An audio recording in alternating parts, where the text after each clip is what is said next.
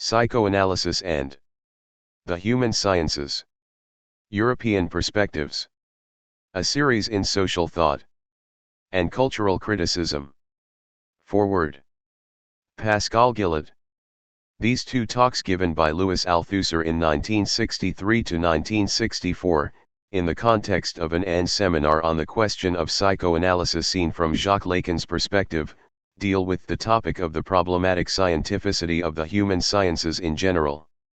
They are of strategic interest not only because they first reveal, just before the article Freud and Lacan was published in 1964, 1965, the deep intellectual influence exerted by Lacan's thought on Althusser's own theoretical task in these years, the return to Marx, which involved a struggle against psychologism as well as against any philosophy of consciousness, but also because they involve a concept at stake in Althusser's philosophical program of elaborating a theory of ideology in general.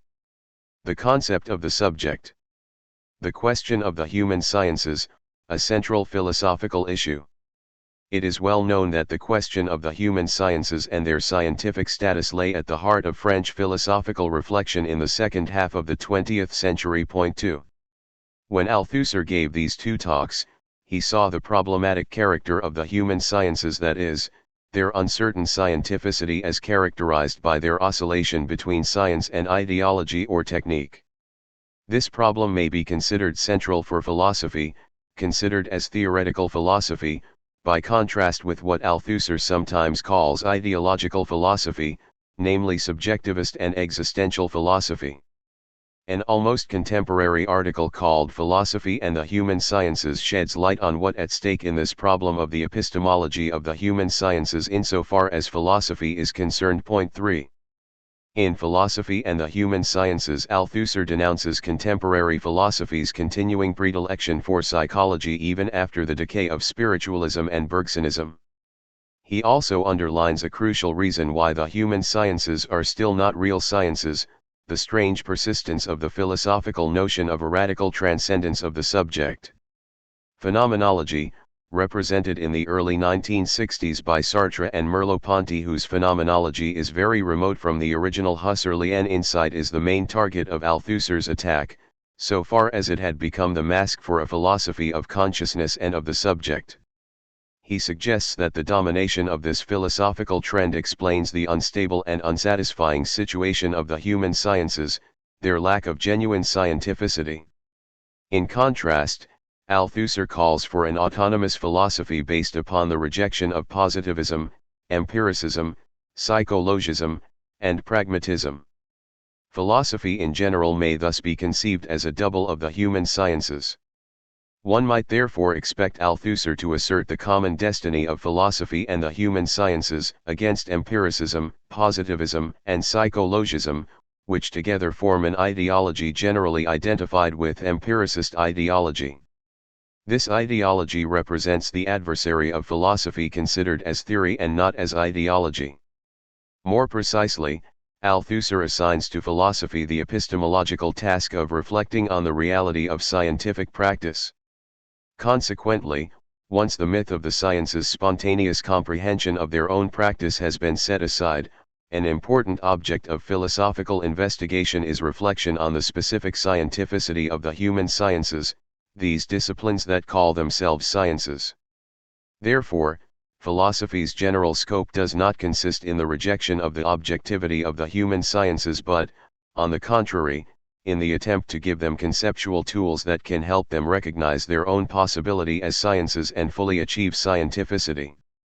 However, we must note that Althusser generally sees philosophy as occupying an ambiguous position between theory and ideology like the human sciences themselves.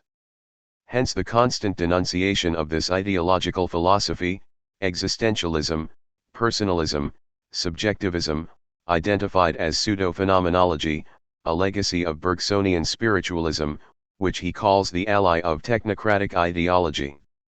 Thus Althusser draws a clear dividing line between this ideological philosophy and a theoretical philosophy which he adopts as his own position, conceived as an anti-empiricist and anti-psychologistic reflection on scientific practice, what was later called a philosophy of the concept.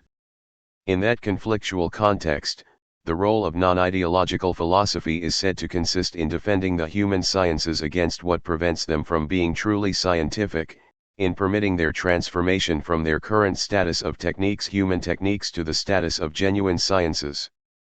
Consequently, it involves freeing the human sciences from technocratic ideology, whose correlatives are subjectivism, anthropologism, and psychologism.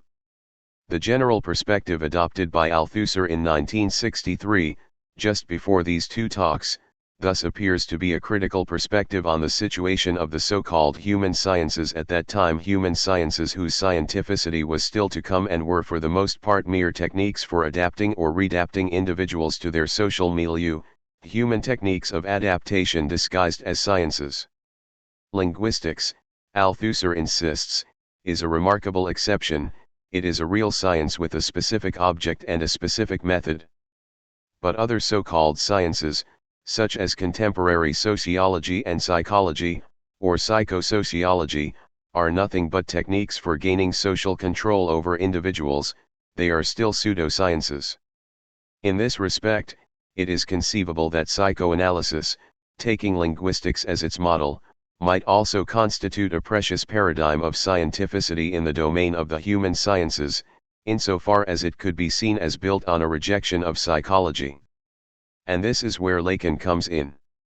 He addresses this question of the complex relation between psychoanalysis and psychology, which involves the possibility that psychoanalysis can form a genuine theory, a genuine science, and not a mere intersubjective practice, by making a radical break with the tradition of psychology, a break entailed by the Freudian concept of the unconscious. This concept may be considered strategic insofar as it allows us to build a bridge with the human sciences, in the rigorous sense of the word, and with their objective reality.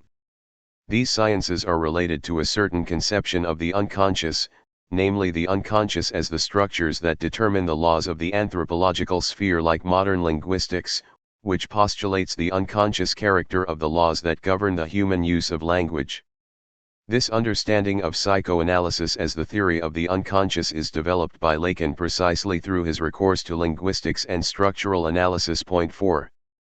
The complex history of Freud's reception in French philosophy in the 20th century. In the first talk, Althusser develops a historical reconstruction of the introduction of Freudian psychoanalysis into French thought, and specifically into French philosophy. Such a historical perspective is striking in two ways. First, it offers an autobiographical retrospective through which Althusser shows the importance that phenomenology had in his own philosophical formation, before he departed from it. He emphasizes the important role played by Merleau-Ponty, Sartre, and also Ricoeur in the initial reception of psychoanalysis within French philosophy. All these authors were deeply influenced by Georges Politzer, who introduced Freudian psychoanalysis into French philosophy. Politzer's crucial reading of Freud's theory in the Critique des fondements de la psychologie, 1928, identified psychoanalysis as the path toward concrete psychology. We should note that this historical inquiry includes Althusser's description of his own encounter with psychoanalysis through Politzer's interpretation, and leads to a retrospective critique of his initial understanding of Freud's attempt to depart from classical psychology. The main issue at stake is the adequate conception of the distinction or break between psychoanalysis and classical psychology. But this historical reconstruction also helps us understand the premises of the antagonism so important in 20th century French philosophy between structural analysis and phenomenology, or between a philosophy of the concept and a philosophy of consciousness. Some years later, this antagonistic configuration was defined by Michel Foucault as a dividing line that separates a philosophy of experience, of sense, and of the subject from a philosophy of knowledge, of rationality and of the concept. 5. The philosophy of the concept involves a strong antipsychologistic claim, and, in the context of such a struggle, Jacques Lacan, who was an obstinate and ferocious adversary of psychology and opposed to any attempt to obliterate the dividing line between psychoanalysis and psychology, represents a precious ally. In that respect, Lacan's perspective concerning the irreducibility of Freud's theory with respect to psychology is closely related to Georges Canguilhem's attack on psychology, its instrumentalism, and its false pretension to constitute a science, in the famous 1956 article entitled "Qu'est-ce que la psychologie?" What is psychology? 6. The second version of Althusser's historical reconstruction deals with the topic that gives the volume its title, the relation between psychoanalysis and the human sciences, anthropology, sociology, and psychology. The crucial examination of the relation of psychoanalysis to psychology is inserted within a consideration of the broader encounter of psychoanalysis with social psychology, psychiatry, and anthropology that began in Freud's time and indicates the necessity of the historical move leading psychoanalysis toward the general object of the human sciences. It is in this framework that Althusser examines the symbiosis, in 1963, between psychoanalysis and psychology in the current state of the social sciences, a symbiosis that takes the particular form of the psychoanalysis of children, in relation to the psychology of child development and to the different theories of its phases or stages. This historical importance of the theory of child development reveals a conception of psychoanalysis that is inadequate, insofar as it is still framed by anthropologism, and not yet scientific. More precisely, it appears to be governed by an idealist conception of the encounter between the individual and society, or social praxis, and to imply a misunderstanding concerning the object of psychoanalysis identified in the interaction between the individual considered as the biological individual and the social milieu. This configuration leads to the reduction of psychoanalysis to a technique of social adaptation that was the object of a constant critique by Lacan, under the name of American psychoanalysis, which he considered as the exact opposite of psychoanalysis, as Althusser puts it. The first historical encounter between psychoanalysis and human sciences such as psychology, anthropology, and psychiatry, seems therefore to be characterized by anthropologism and psychologism, i.e., by idealist determinations that prevent the human sciences from achieving scientificity. In contrast, the new program established by Althusser, which requires Lacan's decisive contribution, would make possible a renewal of the encounter between psychoanalysis and the human sciences, an epistemological reflection on their articulation emancipated from anthropologism and psychologism. This would also mean a real encounter between psychoanalysis and philosophy, based on a radical redefinition of psychoanalysis itself and of its own scientificity. For it happens, Althusser explains, that the first encounter between philosophy and psychoanalysis occurred under the jurisdiction of Sartre and Merleau-Ponty, and implied a false conception of the respective functions of these two domains. According to this conception, psychoanalysis would provide the concrete, the material, in the present case, the intersubjective situation of therapy, la cure, or, in other words, the dual situation of the relation between doctor and patient.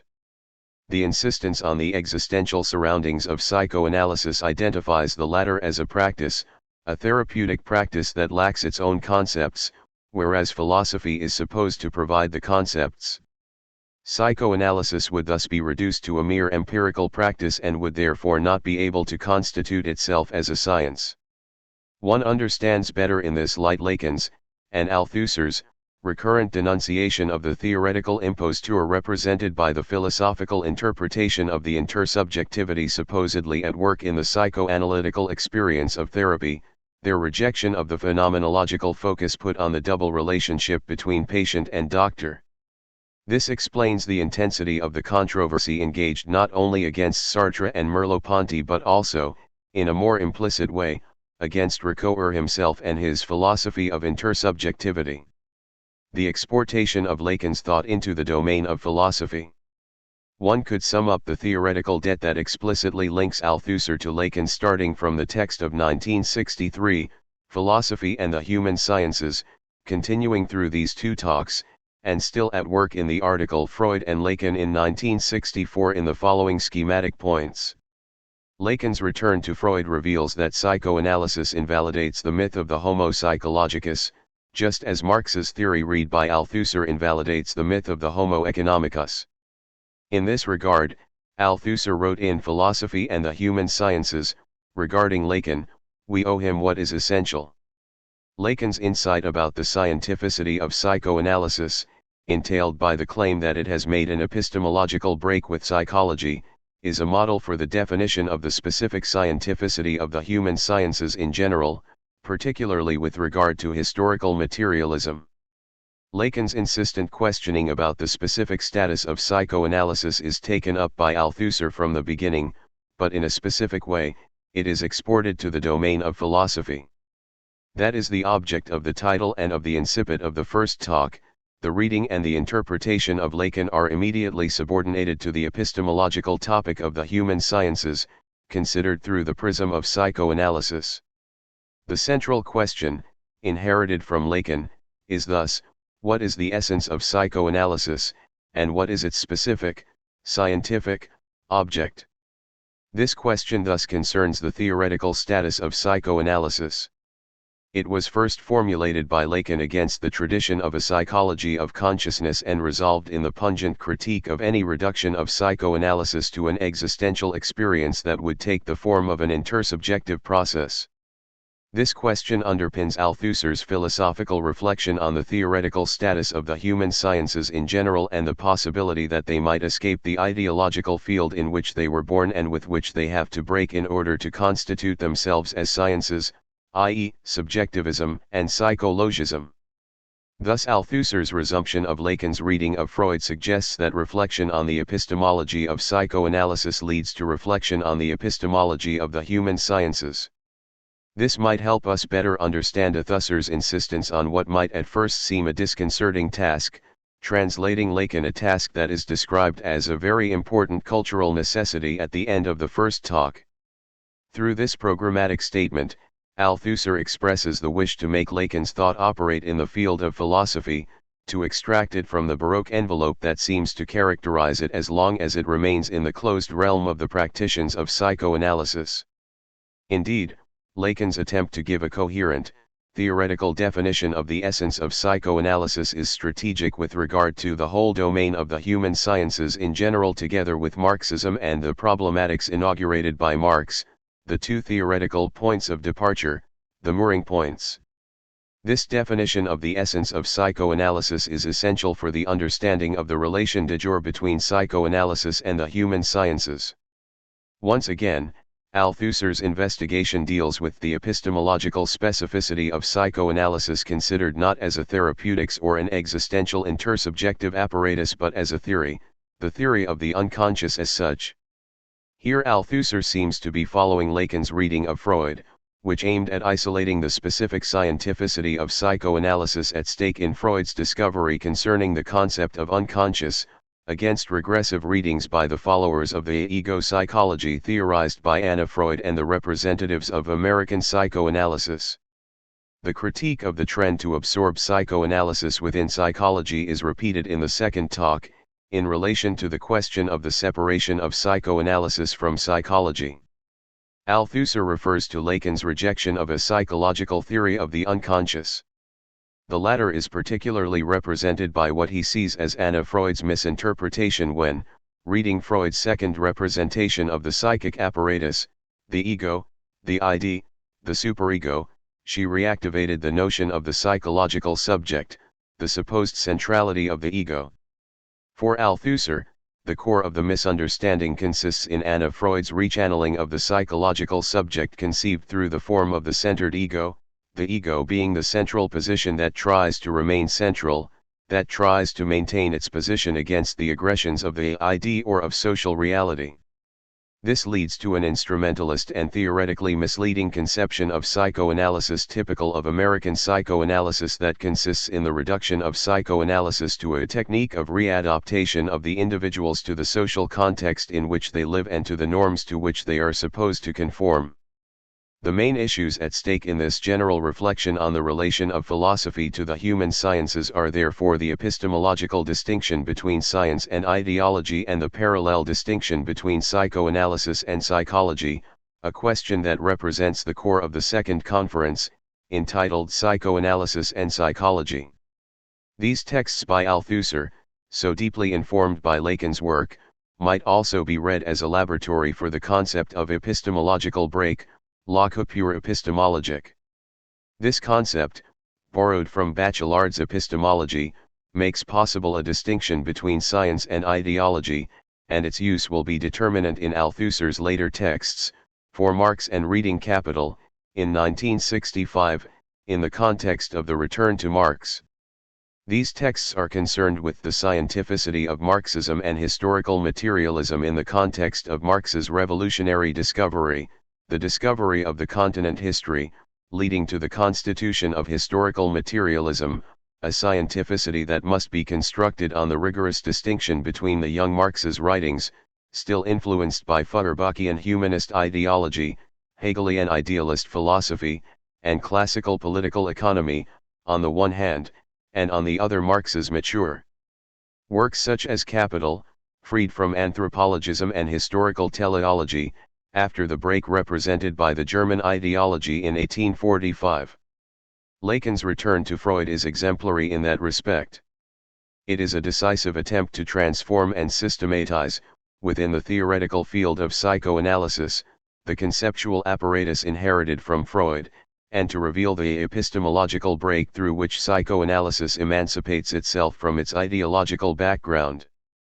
In Freud, most concepts are still borrowed or imported, they are inherited from theoretical areas that form the prehistory of psychoanalysis, biology, energetic physics, economic theory.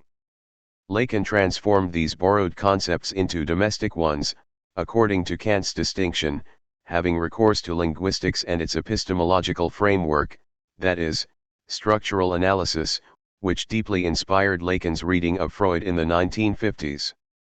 The analogy between Lacan's strategy and Althusser's some years later is particularly significant on this epistemological level, and it could explain Althusser's insistence on what he sometimes calls his debt, as a philosopher and as a Marxist philosopher, to Lacan.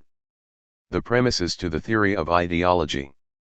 These analyses of the analogy between the return to Freud and the return to Marx lead us to another crucial point of encounter of Althusser with Lacan, i.e., the conceptualization of ideology, which involves and requires two different origins, Spinoza's materialism of the imaginary and what interests us most here Freud's concept of the unconscious as it was reread and systematized by Lacan himself in the Akritzpoint 7. The elements for a theory of ideology borrowed from the Freudian Lacanian perspective in connection with the theory of the process of humanization subjectivization are systematically delivered 1 year later in the article Freud and Lacan and determine the further systematization of the theory of ideology as such in Ideology and Ideological State Apparatuses, a text written in 1970.8. But it is already possible to track down some decisive premises of these theoretical elements in the talks themselves, particularly in the second one. Let us recall first that in Ideology and Ideological State Apparatuses Althusser asserts his central theoretical program to develop a theory of ideology in general, on the model of Freud's theory of the unconscious. Thus, far from being reducible to the illusory domain of conscious representations, ideas, etc., that is, to the simple inversion of real life, ideology is endowed with a necessity, an omni-historical character, and a material reality that proceed from its necessary inscription in social institutions, ideological state apparatuses such as family, army, church, etc., and also from the fact that its own causal effectiveness is comparable to the causal effectiveness of the unconscious. Conceived in the Freudian way as an independent system. This explains why ideology, as Althusser already underscored in For Marx, cannot be eliminated from any social formation, it is an essential structure of human societies in general. Point 9. Hence the definition, an ideology is a system, with its own logic and rigor, of representations, images, myths, ideas, or concepts, depending on the case, endowed with a historical existence and role within a given society. 10. This characteristic of ideological reality also entails that human life, the life of human individuals, is necessarily in the grip of ideology. Human beings are in this sense ideological animals, which means that they are always already assigned to become subjects, subjected to the law of culture, the other name for the necessity and power of ideology in all social formations. According to this approach to ideology directed against the pre-Marxian conception of ideology as a mere fantastic inversion of reality, deprived of any form of specific reality and effectiveness, the fundamental mechanism of ideology is what Althusser calls the interpellation into subject, the subjectivization subjection process. Point 11. Now, this later theorization of the ideological function is deeply marked by Lacan's definition of the object of psychoanalysis as being the humanization process, the humanization of the little human child, the little child's becoming human, his integration into culture through the defile of the signifier, in Althusser's words. Thus it refers to the claim of the constant precession of the symbolic function with regard to the humanization subjectivation process. And light is shed on this Lacanian conception of the primacy of the symbolic order by the Rousseauist concept of the law of culture. Together with Lacan, Rousseau operates, with his discours sur l'origine et les fondements de l'ingolite parmi les hommes, as a decisive ally against the ideological psychological representation of the humanization process that supposes the continuity of the passage to humanization, a classical representation that was at the core of 18th-century reflection. See Condillac, on wild children, for example. Through Rousseau's paradoxical claim of the discontinuity between nature and culture, we are led to understand the necessity of culture's self-precession, i.e., the antecedence of the symbolic order, antecedent to the imaginary order itself, with respect to all the stages of human development. Althusser's use of Lacan's concept of the symbolic order and of Rousseau's concept of the law of culture thus appears to be rather original. He chooses to link them together in order to work out the crucial claim that was to be at the core of his own theory of ideology, namely culture's self-precession, its constant and necessary antecedence with respect to the humanization subjectivization process. What the alliance between Lacan and Rousseau makes it possible to conceive is therefore the inadequacy of the traditional representation, inherent in ego psychology or the classical psychology of child development, of the humanization process as a passage from nature to culture, from the biological to the cultural social anthropological sphere. In opposition to this representation of the subject as psychological subject, a subject of needs, and the representation of language as a tool for communication between individuals, a mediation used by the psychological subject to signify his needs to the other subjects, the reference to Lacan's perspective sketches out a different perspective based upon modern linguistics, which implies the opposite claim that entails a whole, antipsychologistic, theory of the subject, conceived not as the imaginary ego, the ego of consciousness, but as the symbolic subject, a subject in the grip of language. As a result, Rousseau and Lacan, both of whom conceptualize this precession of culture with respect to itself, provide the foundations for the strategic refutation of philosophical individualism, Hobbes, and for the disqualification of experimental psychology and psychology in general. This Lacanian Rousseauist refutation could be understood as the conceptual basis for the double rejection of the Homo economicus and of the Homo psychologicus, two ideological figures that together form a system. In its turn, such a rejection might constitute a central precondition for the elaboration of the human sciences as such, a precondition for their break with ideology and technocratic thought that rely on anthropologism, individualism, and psychologism. These elements required for the elaboration of a theory of ideology reveal at last the importance of the category of the subject, a particularly intricate and enigmatic category in Althusser's approach to psychoanalysis, considered as a key to understanding the ideological humanization process, identified as the subjectivization process. In that respect, we should pay particular attention to the end of the second talk, which propounds a study of the Cartesian cogito together with the genealogy of the institution of the subject as a main category of idealist philosophy. This genealogical inquiry uses the opposition between Spinozism and Cartesianism with respect to the philosophical category of a subject of truth, a subject of objectivity, a subject of knowledge identified as the Cartesian cogito, which was remarkably rejected in Spinoza's philosophy, as is shown by Althusser's analysis of Spinoza's abandonment of the subject of objectivity. What is to be noted at this stage is the relation sketched out, through Althusser's genealogy of the cogito, between the institution of the subject in philosophy and the elaboration of the psychological subject. Here, the Cartesian subject of truth and knowledge, the philosophical subject, appears to be implied by a whole theory of knowledge identified with a theory of judgment, the jurisdiction of a philosophical subject endowed with the faculty of deciding the truth value of its own ideas.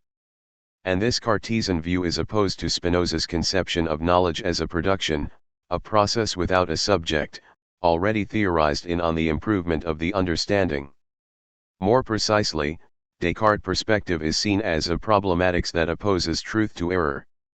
And this miscomprehension of the nature of the distinction between true and false lies exactly at the foundation of the philosophical institution of the subject if one follows Althusser's provocative and rather elliptical hypothesis on that point. For him, the Cartesian problematics misunderstood the true meaning of the distinction or decision between truth and error. This is a philosophy of judgment, which leads to a philosophy of the subject that decides between truth and error. On the contrary, Althusser sees the break or distinction between true and false as having been adequately grasped by Spinoza in the framework of his unprecedented model of the mind, based on the rejection of the Cartesian theory of knowledge and certainty, that is, on the refusal of the distinction between will and intellect. This issue is at stake in Spinoza's abandonment of a subject of judgment, linked with an original conceptualization of truth independent of any subject of truth, as shown by the crucial notion of verum index sui et falsi in the On the Improvement of the Understanding, or the concept of veritas norma sui et falsi in the second part of the Ethics. This conceptualization forestalls the classical identification of the distinction between true and false with an external opposition and consequently refutes the postulate of a philosophical subject at the origin of this opposition. Finally, at the end of the second talk, the genealogy of the psychological subject, considered as the obscure duplicate of the subject of truth and objectivity in Descartes' Meditations on First Philosophy, is particularly interesting.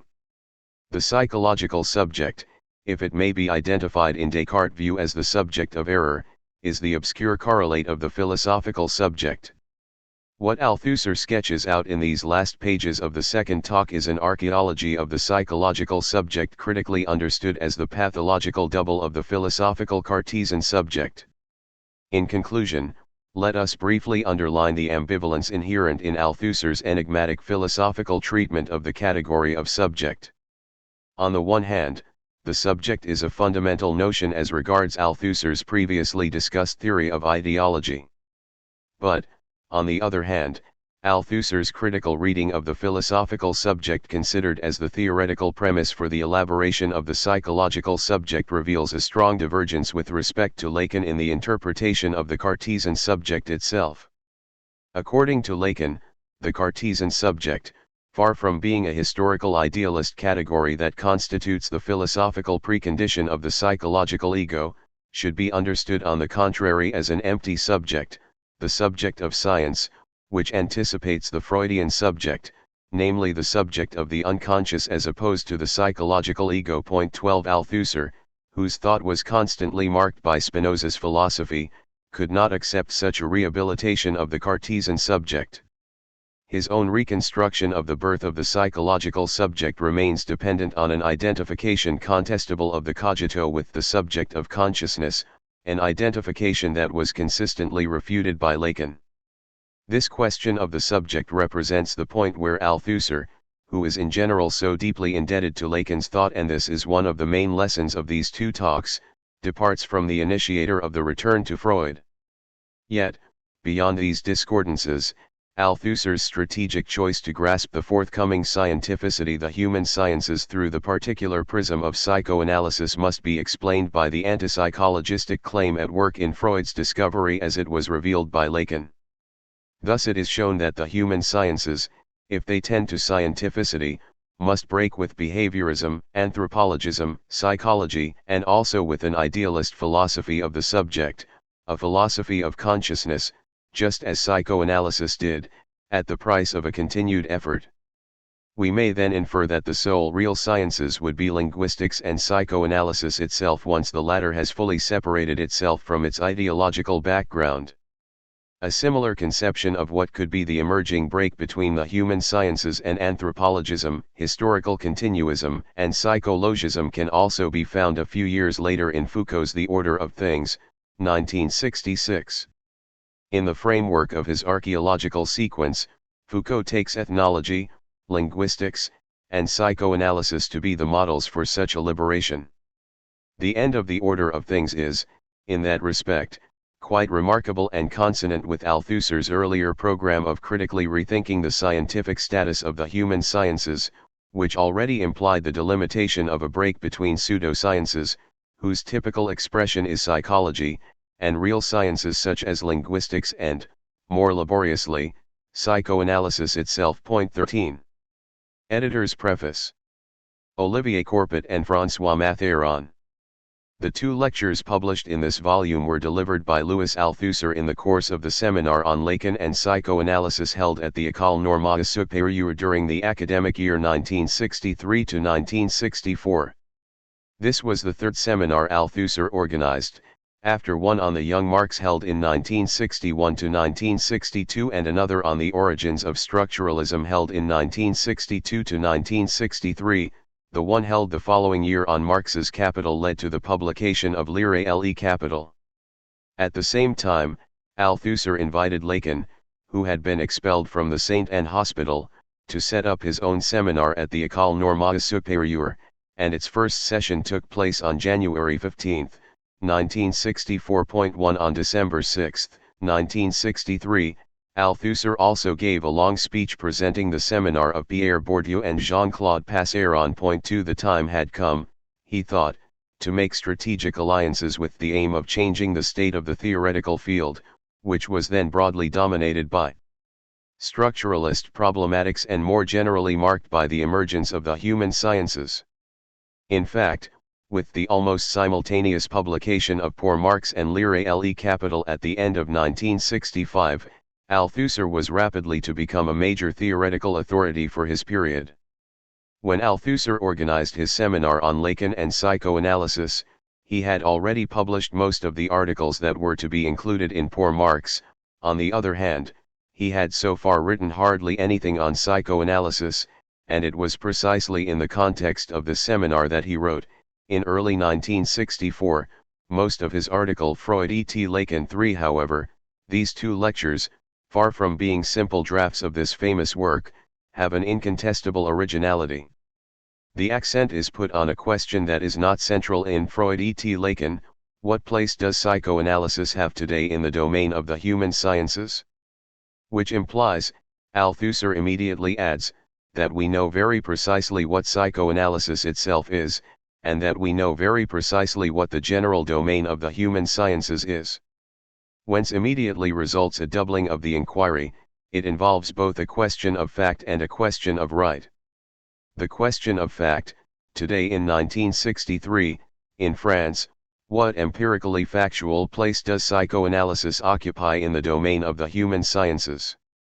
This question can itself be answered only by making a long empirical detour through the history of the reception of psychoanalysis in France, which constitutes most of the first presentation. While taking care to explain that he proceeds in this way for a provisional reason that, he hopes, will soon be transcended, he nonetheless makes a proposal concerning which the least one can say is that it is hardly frequent in the work published during his lifetime. I am going to tell you the story of my own encounter with this problem. Question of right: what must the relation between psychoanalysis and the domain of the human sciences be? Althusser recognizes at the outset that this question is no doubt excessive, because the objective is simply to define the theoretical conditions of the possibility of valid research in both the domain of psychoanalysis and the domain of the human sciences in general. The second presentation has as its goal to take up one of the aspects of this vast problem, that of the relations between psychoanalysis and psychology. By drawing a line of rigorous demarcation between these two disciplines, Althusser may have helped make his enterprise a little less excessive. When she arrives at the end of this volume, the reader will no doubt have a more precise idea of the peculiarly Althusserian interpretation of a position so characteristic of a period, the rejection of psychology. The seminar of 1963 to 1964 on Lacan and psychoanalysis took place in the following way. The first presentation was that of Michel Tourde, which was divided into 3 sessions and devoted to the general establishment of Freud's and Lacan's concepts. Althusser's first presentation was delivered between the first 2 sessions with Michel Tourde. Etienne Balibar then devoted 2 sessions to talking about psychosis. Then came Jacques-Alain Miller's presentation on Lacan, 3 sessions. Achille Chissa spoke next about Maurice Merleau-Ponty and psychoanalysis, then Yves Duraeux spoke about psychoanalysis and phenomenology. Then Althusser gave his second presentation, and the last speaker was Jean Mosconi, Psychoanalysis and Anthropology. Point 4 Althusser's correspondence shows that he seriously considered publishing all these presentations, but the project was never realized. Althusser's archives contain no written version of his presentations, or even the slightest collection of preparatory notes, and the recording of his second presentation clearly shows that he was not, on that day, reading a text written in advance, in contrast to what he did, for example, during the seminar on Marx's Capital. The text of the first presentation was established on the basis of the rough transcript, preserved in Althusser's archives, of a recording that has now disappeared, a transcript that is often very defective, especially with regard to proper names. In order to establish this text, we have therefore relied on the notes taken by Etienne Balibar, which were extremely valuable to us. The text of the second presentation was established on the basis of the transcription of a tape recording preserved in Althusser's archives, occasionally supplemented by Etienne Balibar's notes. In both cases, we had a twofold goal: maintaining the specific rhetoric of the presentations and producing a legible text.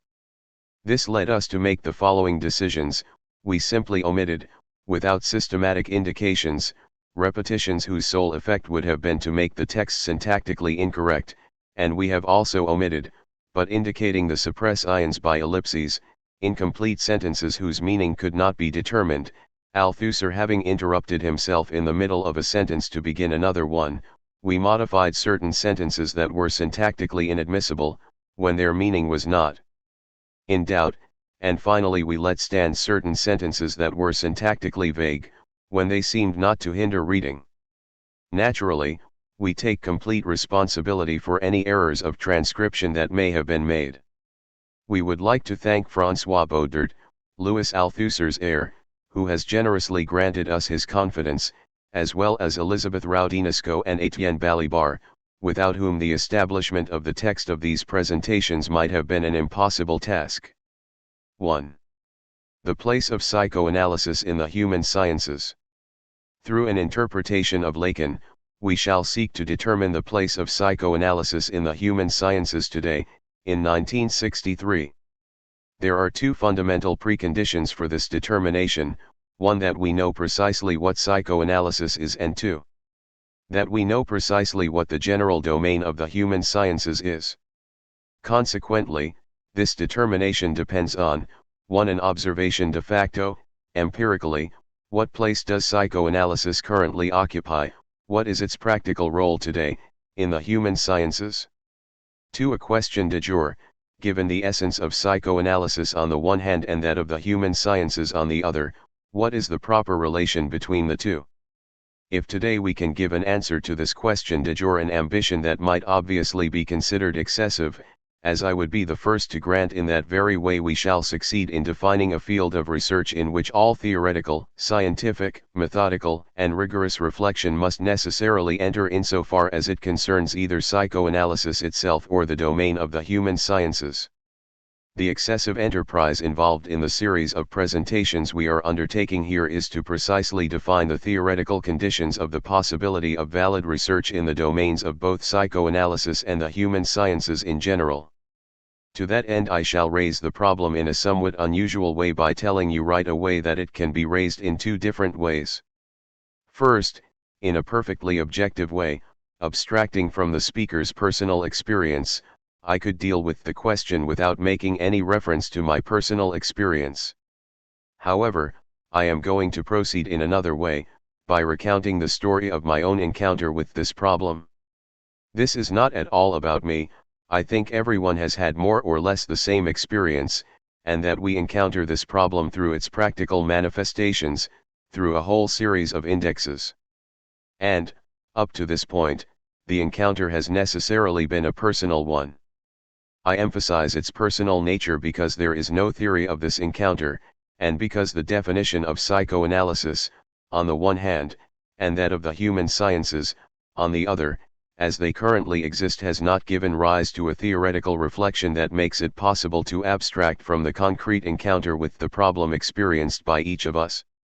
It is solely for this reason, and thus for a historically provisional reason, which I hope will soon be transcended, that it is indispensable to show how this problem can be encountered by someone, given that currently the only way of encountering it is through a personal encounter, quite simply because it is not the subject of reflection. As a result, the problem is encountered in the experience of each person. Therefore, I am going to tell you the story of my own encounter with this problem. Not a personal story, in the sense of individual, but personal in the intellectual sense of the term, including its problems. Abstracting from all historical and autobiographical elements, I shall say simply this: for me, and I think for you as well, the encounter with psychoanalysis took place through the encounter with Freud's work. Obviously, psychoanalysis is found everywhere, in the media, on the street, etc., but in fact, from a theoretical point of view, that's not how it happens. At a certain point, we're going to examine Freud's texts. Then we are immediately confronted with a very serious, very profound obstacle of which Freud was perfectly well aware, which is represented by what Freud himself called the psychological resistance that is opposed to the admission of the very enterprise of psychoanalysis into the realm of public opinion. You know that Freud's earliest works met with an absolutely extraordinary barrage of criticism. Though psychoanalysis is now a recognized part of our cultural world, when Freud wrote his first works he was condemned by everyone. You know that the first person in France who had the courage to talk about Freud was Hesnard, one who thereby deserves our historical gratitude. He is still alive. He has published a book for which Merleau-Ponty wrote a preface before his death, and in France it was actually he who, I should say, did not introduce but rather pointed out Freud's existence, noting that a certain Freud from Vienna who had worked in France, and what's more with Charcot, existed, and that he thought a certain number of things that might be of great importance. Freud was aware of this extraordinary resistance. He referred to it in his works, saying, "What I say will not be well received," and he offered an explanation for this. An explanation that, in my opinion, is historically false but was the only one he could give at that time. It's a psychoanalytic explanation, and it goes as follows: my works will not be accepted because they put in question the psychic equilibrium of each individual who reads them, that is, his system of defense against his own neuroses. In other words, the concept of neurosis that Freud used to explain the resistance with which his works necessarily met was an analytical concept, but one that could not be thought de jure, if I may say so, in terms of the analytical concept invoked. And that is why Freud, having clearly sensed the theoretical difficulty involved in his explanation, subsequently produced another concept, that of the neurotic character of our civilization. In other words, Freud moved on to a genuinely historical explanation, but in terms of his analytical theory, that is, in terms of a practice that in principle addressed individuals.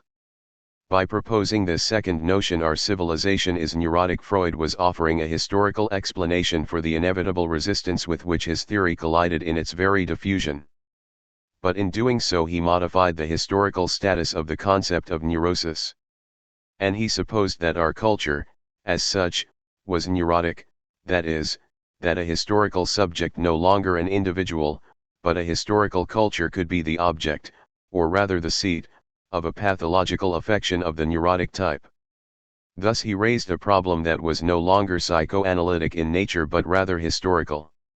He formulated the consequent difficulty this way: the theory I propose meets with an extremely deep ideological resistance, which may have certain affinities with the structures of psychoanalytic resistance that I find in individuals, but in fact cannot be reduced to those structures because the object is not the same.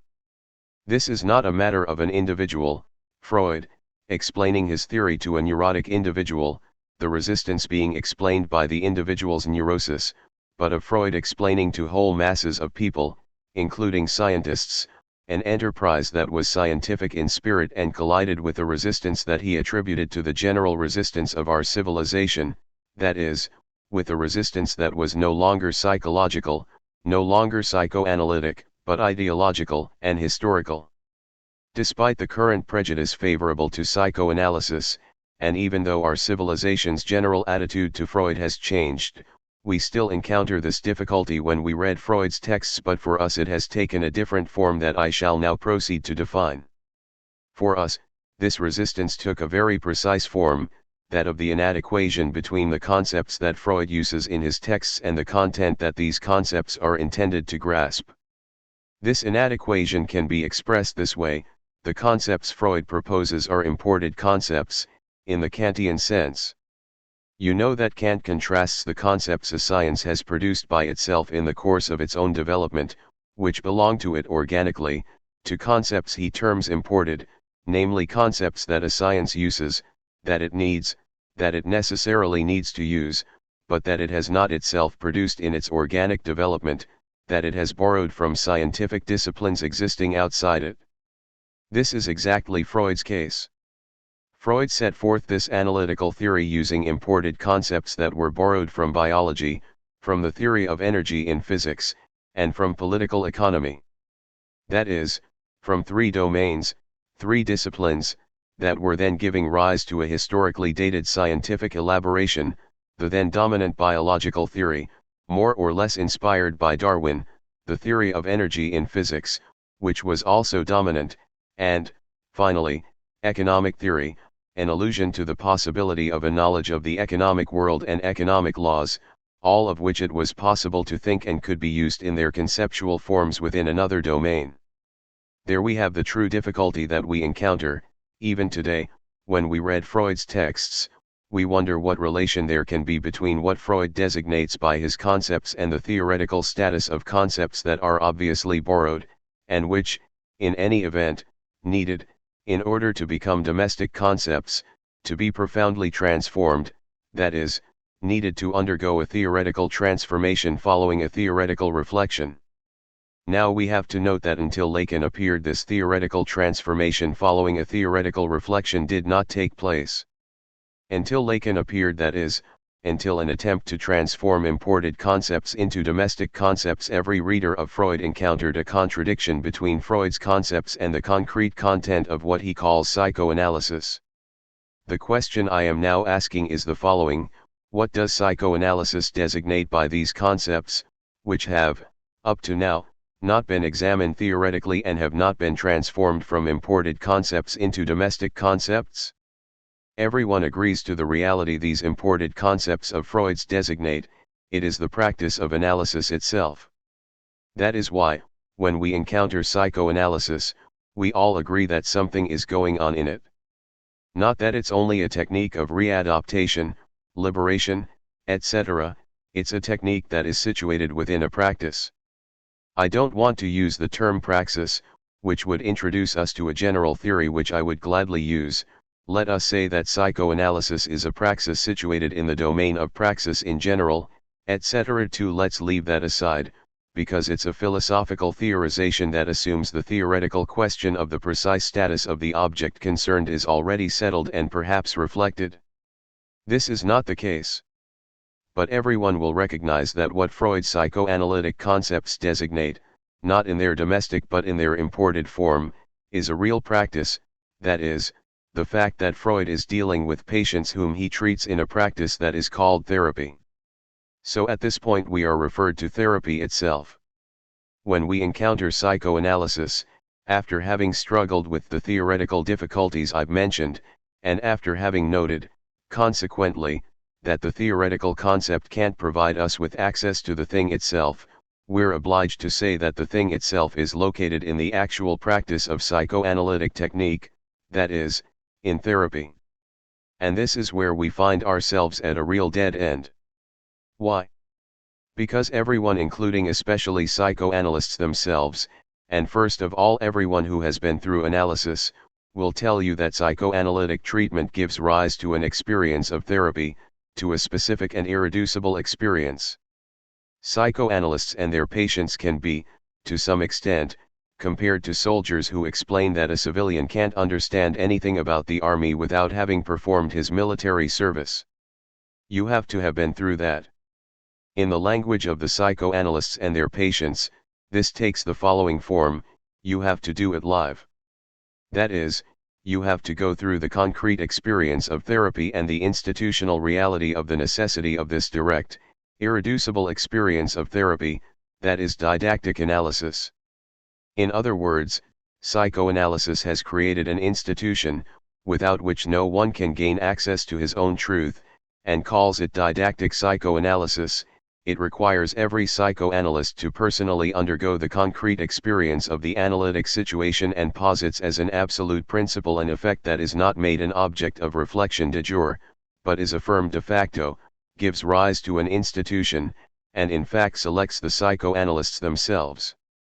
De facto, it went beyond this principle in the form of an institution that was called didactic psychoanalysis, which is itself subject to a whole body, that is, no one can become a psychoanalyst without being certified by the existing psychoanalytic societies, but no one can be certified without having undergone a didactic psychoanalysis, and no one can undergo a didactic psychoanalysis without having received authorization to undergo the didactic psychoanalysis in question with psychoanalysts who have been designated by the existing psychoanalytic society as suitable for undergoing a didactic psychoanalysis.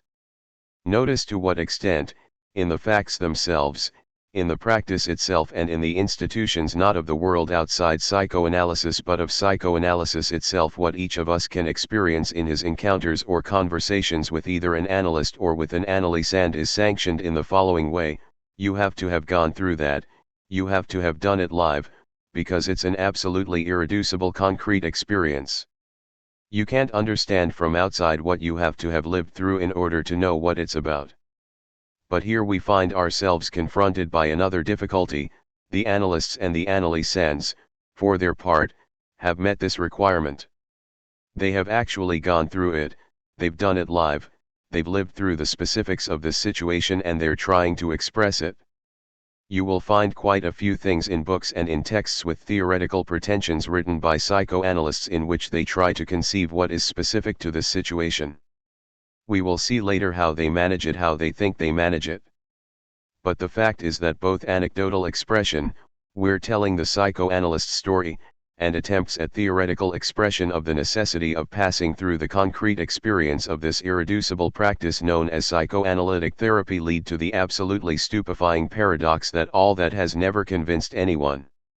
This is because all the descriptions of therapy, all the reflections on therapy that currently exist, are absolutely incapable of taking the place of theoretical concepts that would actually make it possible to have access not only to what analytic practice is, which is only part of what is involved, but to that of which it is the concrete substance, namely its own theory. In other words, there is no satisfactory psychoanalytic theory that reflects on the reality of psychoanalysis, the status of the psychoanalyst, the scientific status of psychoanalytic practice. There is no satisfactory scientific theory that could be reduced to a theory of therapy. Nothing we're told about therapy ever succeeds in reaching the point where a theory of therapy could be transformed into a theory of psychoanalysis itself. That means that everything we're told about therapy never manages to transform a theorization of analytic practice into a theory of psychoanalysis itself. On the other hand, this sheds light on another very important phenomenon, which is our third way of encountering psychoanalysis concretely. I remind you of the first two, Freud's own texts, with the difficulties they contain, namely the inadequation between the concepts and their content and the psychoanalytic practice itself and its inability to produce a theory of psychoanalysis. We encounter psychoanalysis in a third way in contemporary philosophy. We have to talk about France, because this cultural universe is very deeply marked, not only so far as philosophy is concerned but also in all the cultural disciplines, by this absolutely extraordinary characteristic that is commonly found in Italy, provincialism. By that I mean that since the end of the 18th century one of the fundamental traits of French culture in all its domains has been an incredible ignorance of what is going on elsewhere, what is going on in other countries. When Italians call themselves provincialists, they mean, we are a country that has not succeeded in establishing its national unity, all our cities are only provincial capitals, our national unity is recent, Rome is our capital, but it is an arbitrary administrative capital, everything happens outside us, everything happens in Europe. And the great aspiration of Italian culture is to rise to the European level. But before Italian economic production reaches the European level, we can say that Italians truly experienced the nostalgia of not being at the European cultural level. And they experienced it in a concrete manner, as we can see, the country in the world that publishes the most translations of works written in foreign languages is Italy. And today the country in the world in which the fewest works are translated from foreign languages is France. I simply want to say that I'm forced to speak about the French ideological situation, about the French cultural situation, so far as philosophy is concerned, and that's why I've taken this personal example, because it has a historical meaning. Concretely, we encounter psychoanalysis in philosophy, we encounter it in a number of extremely precise, extremely concrete philosophies. I am going to say a word about them. I'm not talking about Dalby's. He's interesting, of course, historically interesting. His enormous 2-volume work on psychoanalysis has just been reprinted. Point 3 I think it never taught anyone anything, that it was a behaviorist attempt to present psychoanalysis, it is a phenomenon that is theoretically obsolete. I'm not talking about Hesnard, who played the historical role of presenting psychoanalysis in France, and whose book had a preface written by Merleau-Ponty. But the fact that the man who presented psychoanalysis in France, the historical initiator of psychoanalysis in France, published a work for which Merleau-Ponty wrote a preface is extremely interesting because, so far as I'm concerned, philosophy's encounter with psychoanalysis passed, in France, through Sartre and Merleau-Ponty. And this encounter that we make in Sartre and Merleau-Ponty, if we're lucky enough to get our hands on this work, which has never been reprinted and practically disappeared from libraries, has its origin in Pulitzer, for it was through Pulitzer that it began, it was through Pulitzer that psychoanalysis became an object of philosophical reflection. And it was through Pulitzer that psychoanalysis entered into French philosophical reflection, expressly and without any doubt, in the work of Sartre and Merleau-Ponty. In a little while I'll tell you how things looked in that respect. I'm still talking about my personal experience. I want to say that I also encountered psychoanalysis in the work of Sartre and Merleau-Ponty, and I was lucky enough to get my hands on Pulitzer, and I read him. Obviously, there was somebody named Lacan, absolutely unintelligible. But from now on I'm going to tell you what form my little personal synthesis took and what form it retained until, let's say, about 2 or 3 years ago.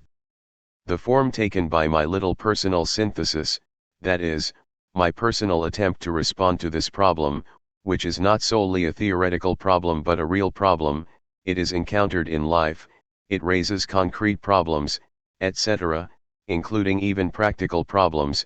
When a guy is sick, can he work? There are currently 2 psychoanalytic societies in France. The society that Lacan founded in a schism that dates from 1953 and the old one, presided over by Nact. Point 5 There are violent conflicts that can have repercussions on the technique, that is, on the healing one can expect from one psychoanalyst or another. Apart from individual abilities, the 2 societies pursue very different general lines of argument. It might thus be thought, at least by those of us who believe that a theory never remains without consequences, always has practical effects, that it could also produce differences in the technique of therapy. That is also what Lacan says all the time, and even in the results that can be expected from it. Now I'm going to explain to you the little personal synthesis I arrived at. and in so doing we will encounter another reality, not only psychoanalysis but also the human sciences. I'd arrived at the following little synthesis whose ultimate principles were Politzer's theoretical bases, which were also found in Sartre and Merleau-Ponty. I was a little prejudiced, for different reasons, against Sartre's and Merleau-Ponty's philosophical syntheses, so I had a tendency to return to Politzer, telling myself, let's go back to the sources, at least the water will be pure. What was the result? Politzer was the man who had said psychology doesn't exist, psychology is the theory of the soul. Why doesn't psychology exist? Because, on the one hand, it's a science that claims to have as its object the soul, that is, an object that doesn't exist, and, on the other hand, because it's a discipline that uses concepts that are only abstractions. Neither its object nor its concepts exist. The abstractions of classical psychology are concepts of the faculties of the soul, they don't exist, and that's completely to be expected, since the object that classical psychology studies is the soul, and the soul doesn't exist. So we're going to create a psychology without a soul, and that's how Politzer heralded the advent of a new epoch. His text is a genuine manifesto, now it is beginning. That is the meaning of his Critique des fondements de la psychologie. You have to read it, because it's fundamental for the culture of our time. What is beginning is exactly the opposite of what existed earlier. Instead of dealing with a psychology whose object was the soul, we are dealing with a psychology without a soul. On the other hand, we're going to create a psychology that, instead of having abstract concepts like the faculties of the soul, sensation, memory, etc., will have concrete concepts. That's the program. It's defined by Politzer on the basis of an existing reality, namely classical and critical psychology. This program is defined in purely negative terms. We are going to create a psychology without soul, we're agreed on that, but it has to have an object. That object will be the concrete, it will be drama. Classical psychology, Politzer said, is a psychology in the third person. We're going to create a first-person psychology. That's what concrete means. Classical psychology used abstract concepts, third-person concepts. We're going to use concrete concepts, concepts in the first person. There you have Politzer's mythical idea, which was the content of his program, which coincided with his program. Psychology will never exist unless it is a concrete psychology. It became a fact, since Politzer tried to found a revue de psychologie concrète that, I think, never came out. It was impossible, because what Politzer was in fact designating, in relation to classical psychology, was what we call the non-concept of classical psychology, that is, a domain of reality that is defined negatively on the basis of existing concepts but is not defined conceptually. And the proof is that when Politzer tried to define the concrete object he was dealing with, he simply uttered, reitered indefinitely ad nauseam, the words concrete, concrete, concrete, the words drama, drama, drama, the words first person, first person, first person. These expressions might designate something, but in a negative way. It's not abstract, it's concrete. It's not a phenomenon that takes place outside concrete psychological life or the subject, it takes place within and it's dramatic, etc., but from a theoretical point of view, that is, from the conceptual point of view, it produced nothing. It could only indicate the domain that had to be explored, and that didn't indicate the theoretical concepts that define the domain on the basis of which theoretical research was possible. In other words, if we try to examine the theoretical status of the concepts by means of which Politzer designated this new object, we don't get anywhere. This is shown today in a few texts, a few articles, especially in the article by Laplanche that Tort cited last time. 7 What Politzer said, which was essential, is that the concrete psychology is in psychoanalysis. He said, in short, concrete psychology exists but it doesn't know it ain't. I'm telling it that it exists, that is, I'm telling it that it exists in psychoanalysis. And, at the same time, Politzer said, Unfortunately, psychoanalysis is itself contaminated by classical psychology.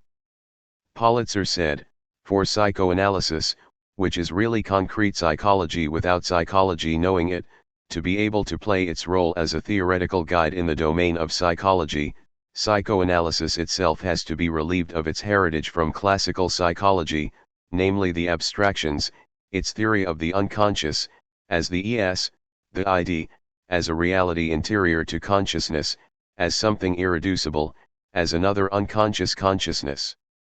In short, all of Freud's concepts have to go, including the concept of the complex. In other words, Politzer rejected all Freud's operative concepts on the pretext that they were abstract. From our point of view, that is an essential point.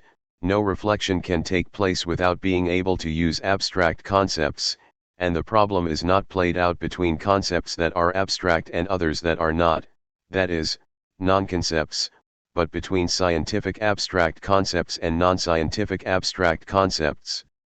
And the proof of this is that the concepts that Politzer proposed as concrete concepts to replace the concepts of classical psychology, which he declared to be abstract, or Freudian concepts that Freud had inherited from classical psychology, all those concrete concepts through which Politzer designated the concrete object of what was supposed to be psychoanalysis, on the one hand, and of what psychology was supposed to become through it, on the other hand, all these concepts are not theoretical concepts, that is, they have no valid scientific status that would make it possible to use them to work out a theory or undertake research.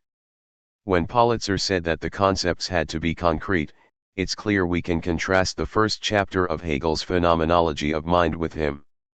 The concept of the first person claims to be concrete, but it's an abstraction. Exactly as the this is an abstraction, a generality. The concept of drama, which claims to be concrete, is an abstract concept, a generality. And so far as we are concerned, we can say that we are simply at a theoretical dead end. It's a bad abstraction because it doesn't go anywhere other than to Merleau-Ponty and Sartre. My personal synthesis took the following very precise form: psychology, which is in search of itself in the domain of human sciences, already exists, but psychology doesn't know it. Psychology was founded, and nobody noticed. It was founded by Freud.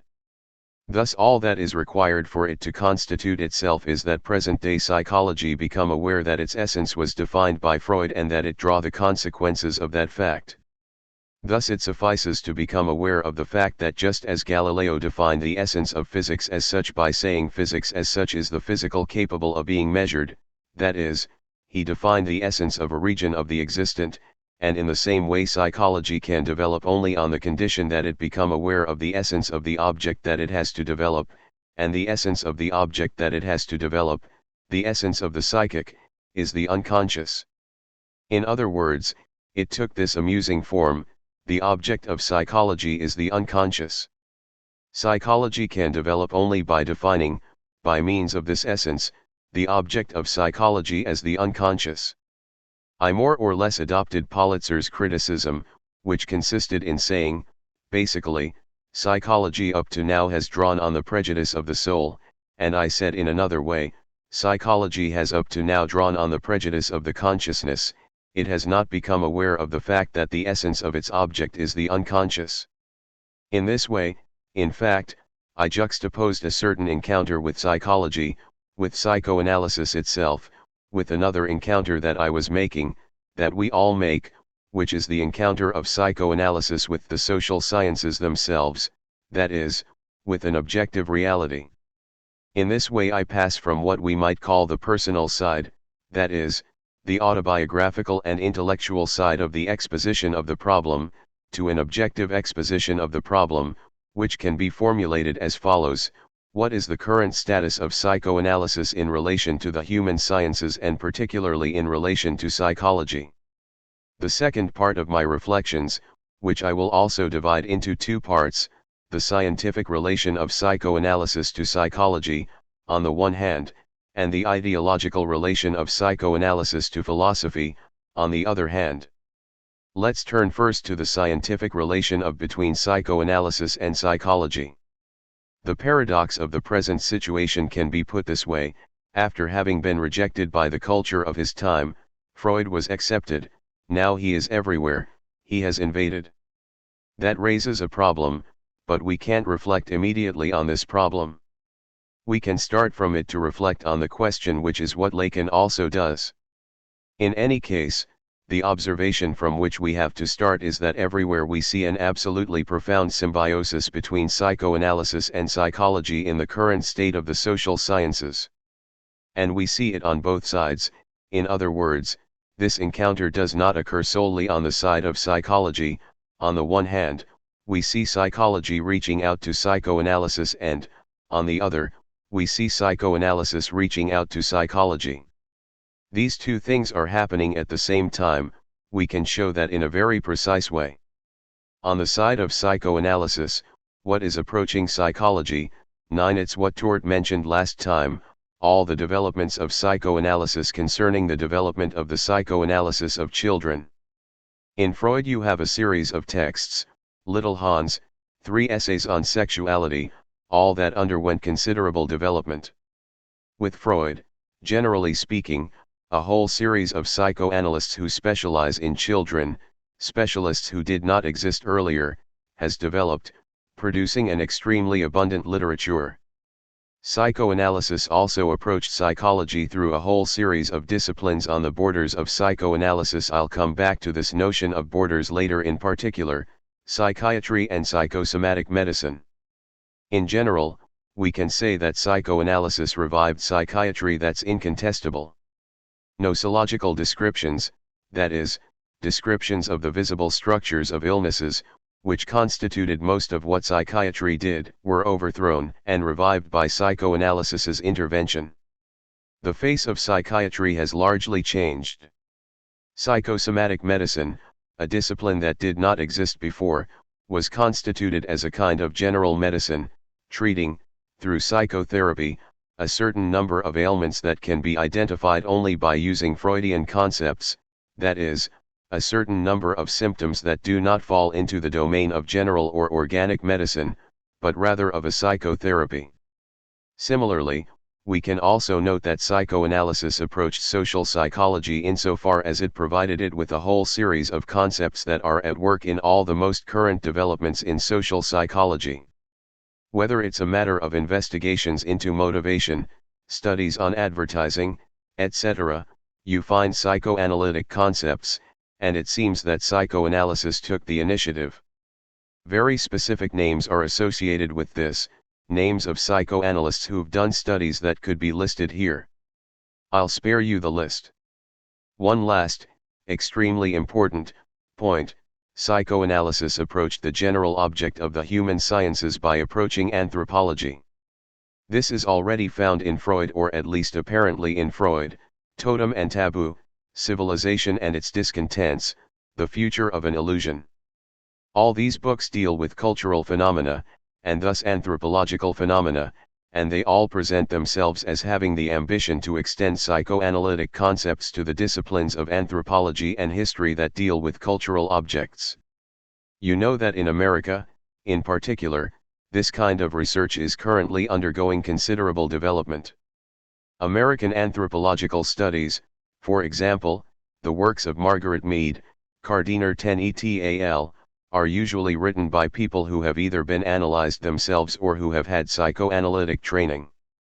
And all that came directly from psychoanalysis itself. On the other hand, I'm not going to describe this from the other side. All these disciplines, child psychology, psychology, social psychology, psychiatry, etc., have approached psychoanalysis as well, that is, they have gone in search of concepts they needed to account for phenomena that had previously escaped them. That has given rise to attempts that are sometimes extremely interesting but relatively isolated. For example, the attempt made by Spitz. Spitz is French, I think, or is of French origin, and currently lives in America. 11 He has published several works, 2 or 3, and he's doing research aimed at constituting a psychoanalytic psychology of child development. He's trying to create an experimental psychology that psychoanalysis needs in order to encounter its own concepts in concrete form. In other words, what Spitz is seeking in the observation of children, and not in an analytical relation with the child, is direct observation of the oral stage, the anal stage, etc. That is, he's seeking in psychology the actual reality of psychoanalytic concepts themselves. I won't go into Melanie Klein and Anna Freud, all that belongs to the domain of child psychology. We're right in the middle of these border zones.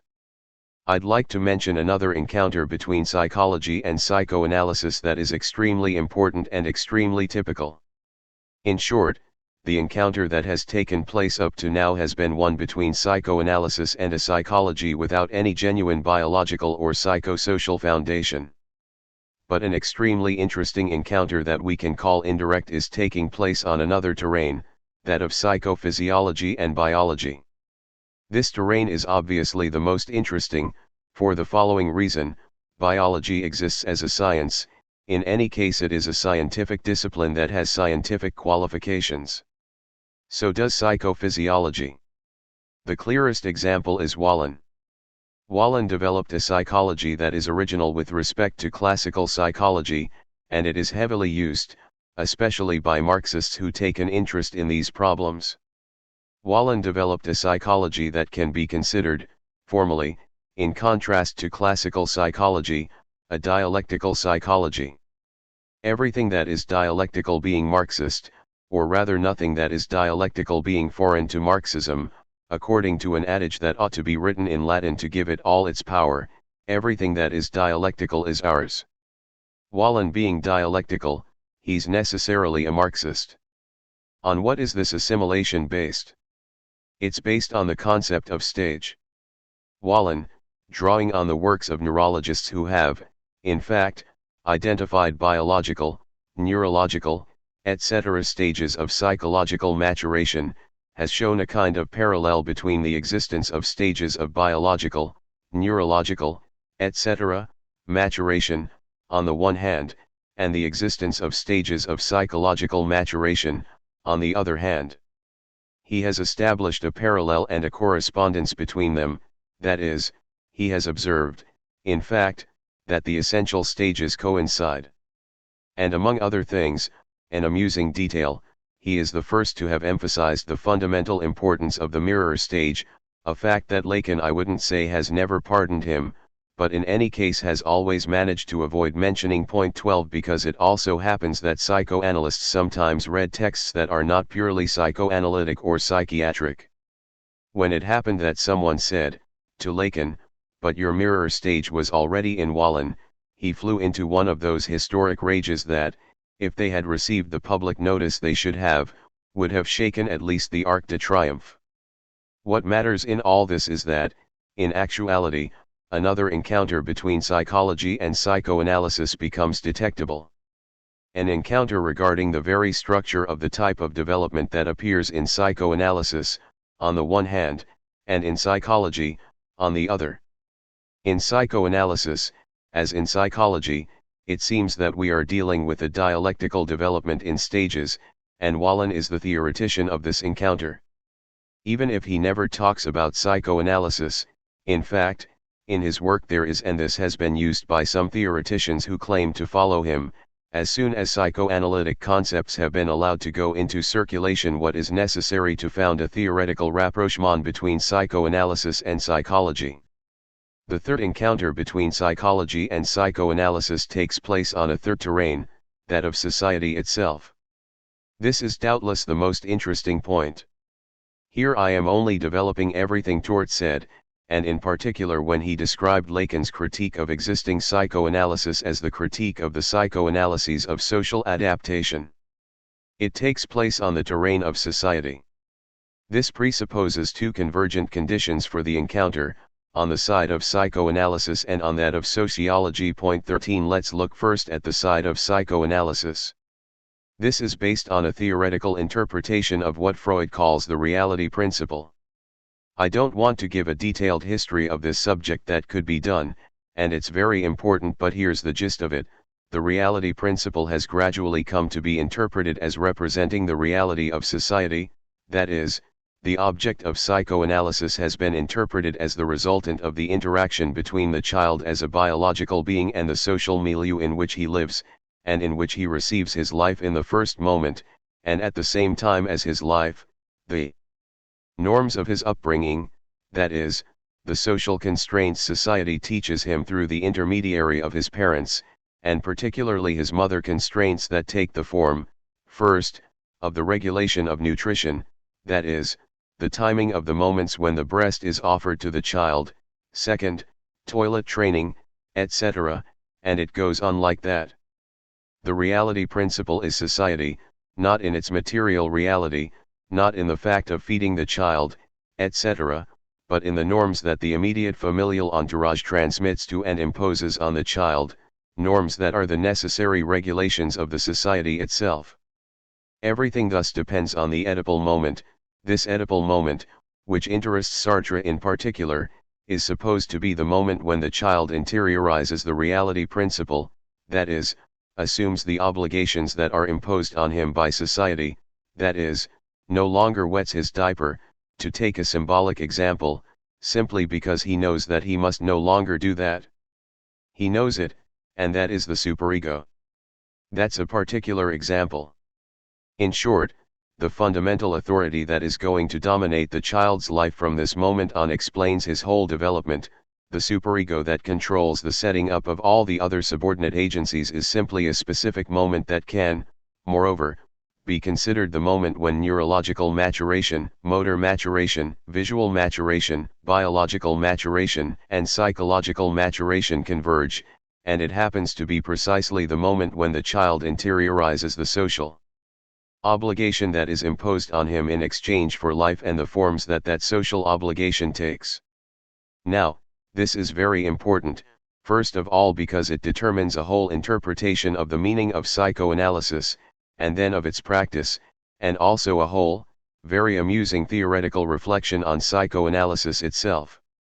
If, in fact, the object of psychoanalysis, in this case, is the product of the interaction of the individual and the social milieu, if the object of psychoanalysis has to be examined, first, on the basis of the individual's biological drives and, second, on that of social constraints imposed on the individual through the mediation of the proximate environment, of the father and the mother, and particularly the mother, over whom looms, moreover, the superior authority of the father who gives her his name, food, orders, who organizes the house, who protects her from the outside, who is a legal person with a legal situation determined in society if everything happens there. To know what psychoanalysis is as an object, we have to be able, first, to make use of biology and the science of society. But and this is an extremely important consequence, this means that we can really find the object of psychoanalysis in society. If you read Sartre's interpretations, you'll see that this is the nodal point, because it's where praxis, the individual project, is integrated into society. I would even say that it's Sartre's pineal gland, that is, the infinitesimal point of encounter, as small as possible, absolutely unassignable, but, after all, there has to be a meeting point somewhere. It's simply here that we find it, exactly as for Descartes, near the pineal gland. Point 14. It's in this region we define a region where there is a point of coincidence that this takes place. It's there that the individual project becomes social praxis, is accepted as such, etc. This has significant practical consequences. They exist in broad daylight, they're obvious in all of what Lacan calls American psychoanalysis, which is a veritable psychoanalysis of adaptation to the social milieu, that is, it's the exact opposite of psychoanalysis. If, in fact, the reality principle is only an intervention made on the individual by social norms that operate through the mediation of the proximate family milieu and that are assumed by the individual himself in the form of the superego, then analytic therapy becomes simply a negotiation between the individual and society, a negotiation that, like all delicate negotiations, needs the good offices of the psychoanalyst who will fix things, and who will fix them, of course, by saying, "This poor boy, society has been too much for him, he's been crushed by it," that is, his ego has been crushed by his superego. The ego was too weak, we're going to strengthen it. It's the whole psychoanalysis of the ego's defense systems, whose great theoretician is Anna Freud, who is one of Lacan's personal enemies, well, not personal, but theoretically personal enemies, to whom he has never given the title that for him is the certification not of theoretical consciousness but of the presence of theory in her theoretical unconsciousness, the title of brilliant tripe butcher, tripier genial. He gives that title to Melanie Klein. 15, and he calls Françoise Dolto a tripe butcher. This qualification, which exists only in the feminine form, is interesting. She's not brilliant yet, but she might become brilliant. In any case, Anna Freud is neither brilliant nor, a fortiori, a tripe butcher, because one can say brilliant only in connection with the title of tripe butcher. She's not even a tripe butcher, she just sells meat covered with cellophane. And the meat sold by Anna Freud is quite simply what you can buy under the cellophane covers of the presses universitaires de France, namely the work entitled Mécanisme de défense du moi or another work entitled La Psychanalyse de l'enfant. 16 In these works you see presented her little theory, in the form of analytical concepts strengthened. We'll see why in a moment by a strong dose of castrating obsessions, this official psychoanalyst, being Freud's daughter, felt the need to become the archetypal psychoanalytic mother of a family, of the world of psychoanalysis, and she is received as such by the world of analytic culture. All this, obviously, without talking about society. But there are people who, dare I say, lack these scruples and speak openly about society, the whole current of American psychoanalysis, etc., and the techniques to which it gives rise. The representative of this trend, one of its representatives, even though he has a very strong Freudian culture, is Alexander. 17. If someday you glance at one of Alexander's books, there are worse, we can consider him a good witness. He's a guy who has a good Freudian culture. You will often find these matters explained, popularized in concrete institutions, they don't remain at the stage of speculations. I don't know if you have ever read the 5th and 6th pages of Le Monde. I don't know what Le Monde's ulterior motive for publishing these things is. Maybe it's malicious, I hope so, and I have a hard time seeing how they could be published without malice, for publishing reviews of an institution that is currently undergoing a very extensive development, but I hasten to tell you that it is not the only such institution, because there are many of them, in France and even in Paris, but let's say that it's the most famous, and, in any case, the one that is established, to which Le Monde's special correspondent can go and which has its offices at Jouy-en-Josses and provides training to the managers of big industrial firms to help them liquidate psychological problems that may arise among the managers themselves and thus between the managers of a firm and its employees. The problem then becomes that of the readaptation to the immediate social milieu, and all these analytical techniques are used. Thus this has provided access to a whole series of techniques that actually exist, have been implemented, and represent the practical use of this theoretical conception of the reality principle, thus of the superego and thus of the object of psychoanalysis. Now, what interests us the most, after the theory, are the theoretical consequences of the thing. Starting from the moment people realized that the reality principle, that is, the fundamental object of psychoanalysis, is to be sought in the direction of society, we saw the rise of psychoanalytic theories that are anthropological in character and that tried to relativize psychoanalysis itself, and its concepts themselves, on the basis of the preceding theoretical observation. We found ourselves confronted by psychoanalytic attempts that explain the following to us: psychoanalytic concepts are connected with a psychoanalytic object whose origin is to be sought in the relations between a biological being, the little child, and a specific society, and the superego, the establishment of authorities, represents the interiorization of the norms of social constraint in that society and its structure. So if we're dealing with Freud's concepts, that is, because he was Viennese, because he lived in a Western society, which is a patriarchal society, with a family structured in a historically determined way, imposing on the individuals who compose it a certain number of legal rules that reflect the economic, political, social structure of the society, and that find their realization in the immediate entourage, to the point that the pineal gland takes the form of the family as we know it. But there are societies that do not know this kind of family because there's a pineal gland different from our own, so let's develop a theory of other pineal glands, that is, a general theory of the possibility as such of forms of concrete variations on the western pineal gland. And that gives us Malinowski, it gives us a whole trend in the American psychoanalytic enterprise according to which each society has, I would say, the complexes it deserves, the psychoanalysts it deserves, etc. That can serve to introduce us to the understanding of what there is to be understood in theory of the shaman proposed by Levi Strauss, who is becoming a specialist in generalizing the pineal gland, because it is itself his object.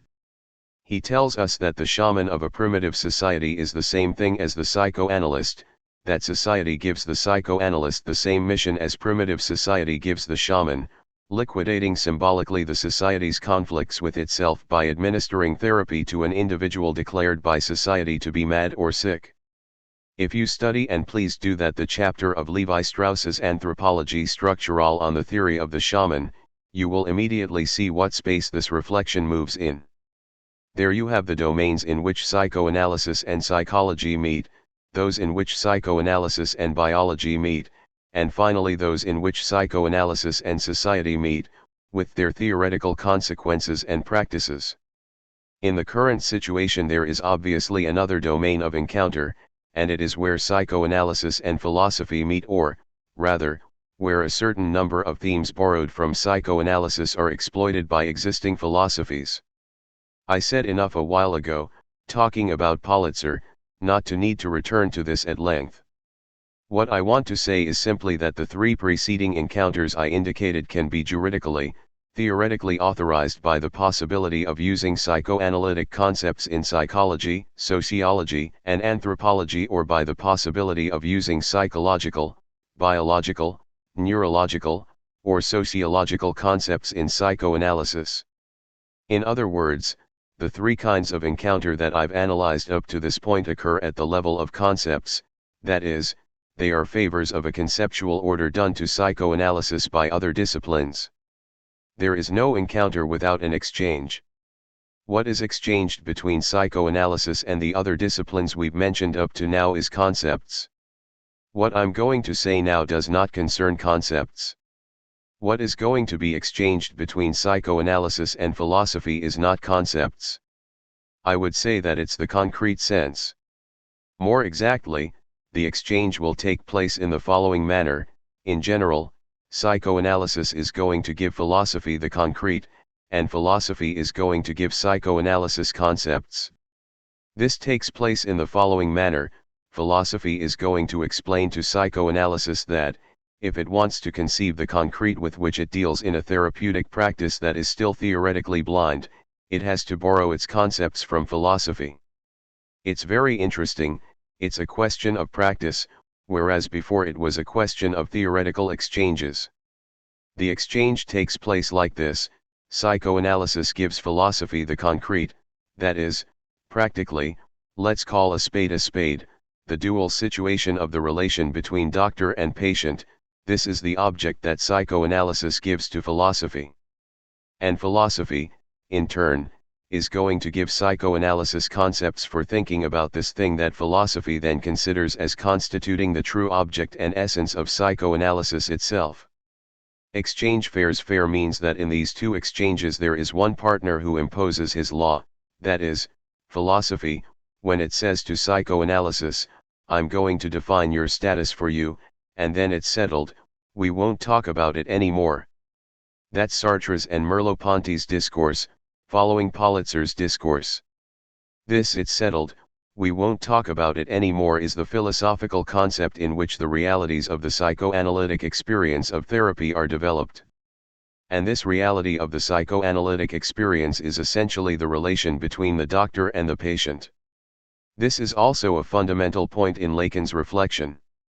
It's a fundamental point for explaining, for saying, here's what's actually happening, that is, for demonstrating that the philosophical interpretation of the doctor-patient relationship is a theoretical imposture, for demonstrating that philosophy, in order to be able to digest this reality philosophically, has to falsify it? That's Lacan's basic demonstration regarding psychotherapy. Philosophy has to falsify the experience of reality, of the analytical practice itself, in order to be able to declare it to be philosophical. How is this theoretical imposture carried out? It's just an expression, I apologize for its violence, but it's a purely theoretical violence.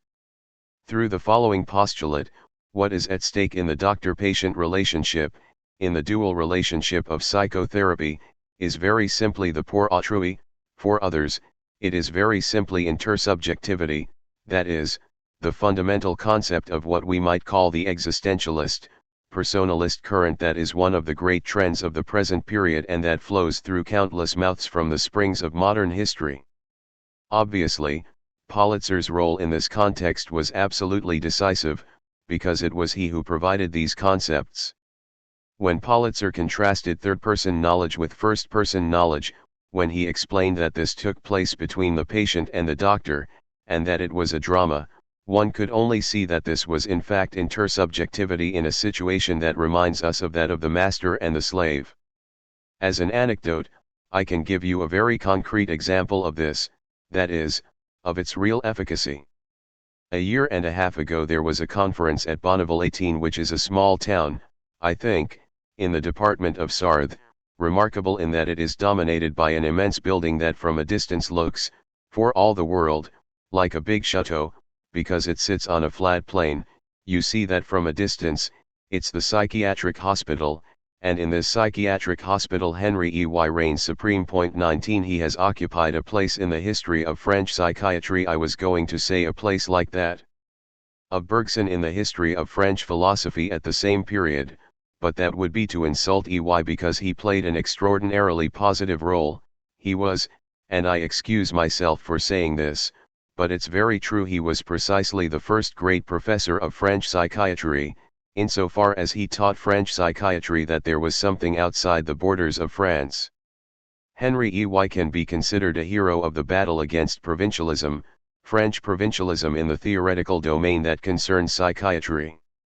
In particular, he taught French psychiatry that a fellow named Jackson had existed somewhere 20 no one knew where, but anyway, that he'd existed, that he'd written things, that they were important things, that people ought to know them, that they might have consequences, etc.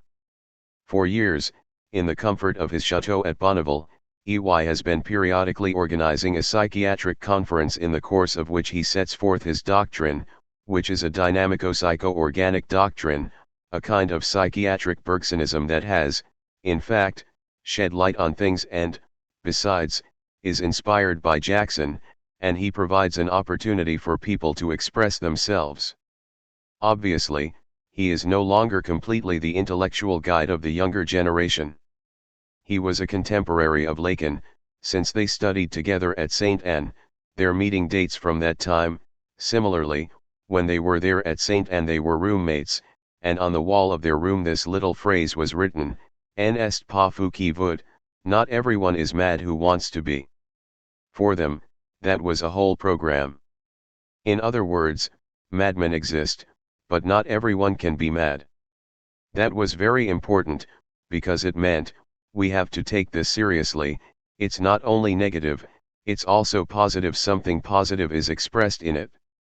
And Lacan has never denied this profound inspiration, all the less because he mentions EY from time to time, to tell him, well, you remember, don't you, our common program, how are you getting on with is not mad who wants to be. From time to time he notes that EY is behind on his program, it's not very difficult, and from time to time he also indulges in the malicious pleasure of allowing a public demonstration of this in front of EY himself, in particular in the course of the last conference I'm talking about, which took place a year and a half ago, during which Laplanche gave his paper, written with Leclerc, on the unconscious and to which Ricoeur was invited. 21. French psychiatry is defined in part by its need for philosophy, by an enormous consumption of philosophy. I'm not talking about medicine in general, but it is in any case certain that psychiatrists and psychoanalysts are among the biggest consumers on the French philosophical market. If philosophers did not exist in France, the publishers of philosophical works would survive them on the condition that psychiatry survived the philosophers. Ricoeur gave a talk that was, I think, very moving. Anyway, I heard so many people talking about it that I no longer dare say anything about it, because you've heard more about it than I have. But I want to say that what was at the heart of the encounter between Ricoeur and this world of psychiatry was in fact this encounter between the philosophical concepts of a philosophy of intersubjectivity and the analytical critique of therapy. What's going on? The psychoanalysts wonder, they have nothing for thinking about what goes on in therapy, in practice. And when someone from outside, who is a cultivated, intelligent, conscientious, honest, rigorous fellow like Ricoeur, comes to tell them, look, I think I can contribute something modest, in the hunger for theory that torments them they are moved, and all the more because Ricoeur is a man who lives these things, and because in the end perhaps the only collective misunderstanding that can characterize this historic encounter is that what was exchanged is not a concept traded for a practice in other words, it was perhaps not theoretical concepts coming from philosophy that were exchanged against the analytic practice of therapy. I would say that one experience was traded for another. It's at that level that the thing could be real, that it made a convincing mark. They exchanged their experiences. The psychiatrists and psychoanalysts gave their experience, and Ricoeur gave his experience of the world of intersubjectivity, that is, a certain experience of moral practice, political practice, etc. He was himself his own experience, his discourse was his own experience. What was exchanged was experience. I'm afraid that the concepts remained outside. I tell you this to show you what the situation is. It's not simply a ridiculous or polemical situation, it's a very real, very profound situation, and it forces us to inquire into what takes place on the psychoanalytic side, and what is happening, obviously, on the side of the other domains involved. That is, on the side of all the people who meet one another, including the most honest and authentic philosophers, since in this case Sartre, Merleau-Ponty, and Ricoeur are all absolutely above suspicion so far as authenticity is concerned. So there you see in what domain the meeting that I talked about at the outset took place, and what principle I personally lived for a certain time, namely that psychology was psychoanalysis, that psychology didn't know it, but that, thank God, it was beginning to know it. The proof? It was spreading everywhere. And people thought that was just fine, that it sufficed to add a little theoretical consciousness to fix things and then it would be all right. From that moment on, a certain number of problems arise. The first one immediately strikes us. If in fact psychoanalysis is the essence of psychology and of all the disciplines that depend on it, I'm taking psychology as an example, if you will. If psychoanalysis is the essence of psychology, what differentiates the domain of psychoanalysis from that of psychology? It's not easy to see what theoretical difference can be defined between psychoanalysis and psychology, between psychoanalysis and psychotherapeutic medicine, between psychoanalysis and psychiatry, etc. My teacher, Jean Guédon, used to tell us 22 if everything is pink, nothing is pink, and I have to say that this concept is certainly a fundamental concept that I owe him. One always has to recognize one's training, one has to be honest with regard to one's teachers. I incontestably owe him that concept, and it's the reflection on this concept that authorizes me to ask this question: if everything is psychoanalysis, nothing is psychoanalysis; if everything is psychology, nothing is psychology. So how can we ground the real differences? They're not imaginary, they really correspond to a difference in practice, because analytic practice is one thing, but psychotherapeutic practice is another. Everyone will tell you that. Psychoanalysts who do psychotherapy will tell you that it's not the same thing at all, that quite different techniques are involved, etc. The psychiatrist will tell you, oh, so far as I'm concerned, the psychoanalysts, the concepts passed the border, but the techniques didn't at all, etc. There's a real difference. The second theoretical problem, still in relation to if everything is pink, nothing is pink, but this time applied to the agreement between psychoanalysis and philosophy. If the analytic situation is fundamentally identical to the situation of intersubjectivity, to the original situation of intersubjectivity, what difference is there between psychoanalysis and the philosophy of intersubjectivity? A real problem, not at all imaginary, because it is very precisely to this problem that Sartre's existential psychoanalysis responds. Sartre has undergone, or has claimed to have undergone, a psychoanalysis, has claimed to found a psychoanalysis, and he's not the only one. Binswanger 23 in Germany, is not only a philosopher, but also a practitioner. They claim to have created an existential psychoanalysis, that is, a psychoanalysis based theoretically on the identity of the doctor-patient relationship and the originary for others, Mitsein, the originary intersubjectivity. That may very well be, but nonetheless it doesn't seem that that's quite how things are. Laplanche's article, for example, is definite about it. That's not what's happening in psychoanalytic reality itself. To be clear and schematic at once, I have summed up the core of the problem in these two difficulties to tell you that Lacan is the only one who has answered these two fundamental questions. Lacan, obviously, is a figure who has existed for a long time, at least he exists for the world of psychoanalysis, and he also existed for the world of philosophy. You know that the first issue of La Psychanalyse contained a dialogue between Lacan and Hippolyte. 24 For a long time, Hippolyte attended Lacan's seminar, which is still going on. I point out it's an eternal institution, one that reproduces itself Wednesdays at 12:15 p.m., at the St. Anne Psychiatric Hospital, Women's Ward. You should go once just to see, to realize on site what goes on down there on Wednesdays at 12:15. It's not a convenient time, but it's the time for doctors, because they've finished their rounds. Obviously Lacan existed a little in the world of philosophy. In his last lectures at the Collège de France, Merleau-Ponty cited him, but in the end he wasn't mentioned in any of Merleau-Ponty's fundamental works. Lacan is a historical phenomenon, we have to look into him. What is clear is that he's unintelligible for us Latins, he's enclosed behind a whole series of enigmas, hidden behind a whole series of coats of arms. In short, he presents himself in a form that is Gongorsk, since he has applied this adjective to himself underneath a form theoretically and deliberately baroque, like a kind of wild beast. I believe that expression is not excessive.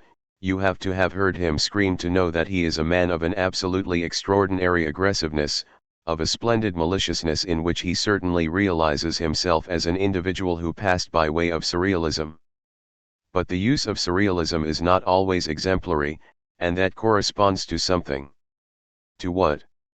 The hypothesis I present to you is that this aggressiveness is necessary because of the psychoanalytic milieu itself. I mean that the difficulties of psychoanalysis used to be between psychoanalysis, on the one hand, which was rejected by the cultural institutions, and the non-analytic world, on the other. And when this takes place within the analytic world itself, that's another difficulty, because there it is not a question of a lack of understanding of psychoanalysis on the part of people who don't know Freud, but of a lack of understanding of psychoanalysis on the part of the very people who ought to know it.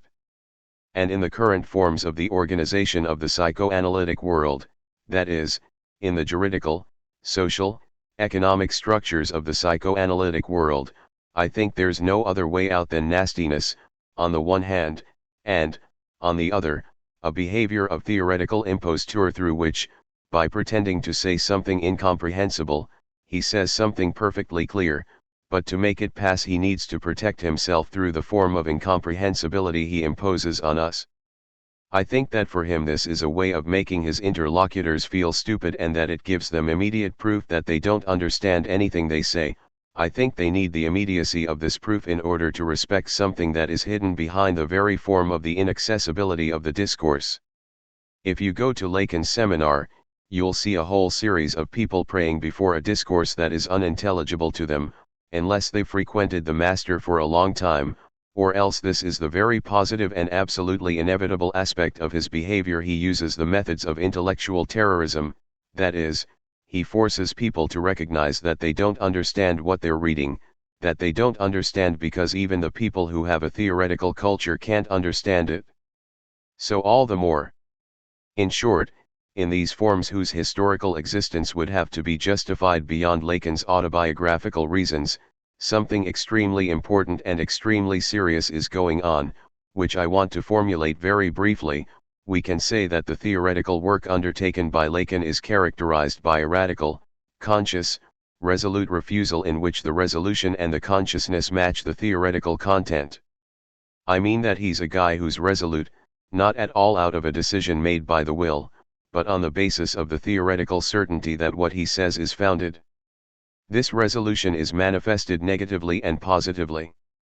It is manifested negatively by an implacable struggle against what we can only call the two trends that are currently dominant, the scientistic or mechanistic trend, so to speak, which connects psychoanalysis either to biology or psychophysiology or neurology or sociology, etc., that is, to objects into which it is absorbed, and, on the other hand, the trend of philosophical interpretation presently dominating the philosophical situation in France. A radical rejection, but this radical rejection is not simply a rejection of revolt, as was the case with Politzer, that is, a rejection that simply sets something aside and then says, we'll have to deal with that but isn't up to thinking it through. Lacan doesn't offer us only the example of the concept and of the designation of the non-concept. Lacan doesn't say we have to reject what exists from the theoretical point of view because reality is something else. He gives us two things. He gives us the non-concept, more exactly the concept and the non-concept at the same time. He's not content to say, we mustn't think about that because it's false, but says instead, here's how we can think about reality, and he gives it to us through a return to Freud and a theoretical interpretation of Freud's texts. That's what we are going to work on. Under such conditions, translating Lacan is a very important cultural necessity, and it interests us directly, if only in order to be able to read what he writes, of course. If Lacan's attempt is well founded, I want to conclude with this point: it interests us to the greatest degree, from the theoretical point of view, for absolutely essential reasons. Because it's the whole domain we have envisaged with regard to the relations between psychoanalysis and psychology, that is, the whole domain of the human sciences in which the problem of what psychoanalysis is raised. It's this whole domain that's at stake. I wouldn't say that everything depends on a reflection on psychoanalysis. I'd say, more precisely, that much depends on a reflection on psychoanalysis. Why? Because what exists for us, now, concretely, is not at all the problem of the relations between psychoanalysis and psychology or sociology, etc. This problem is settled concretely by the actual relations that exist between psychoanalysis, psychology, etc. The world of the social sciences has no need at all for the work we are going to do this year right here. It doesn't care about it at all, because theory doesn't interest it. It lives simply on things, consequences. It lives, and has long lived, in social psychology, anthropology, etc., not in the works that exist and in the people who write them.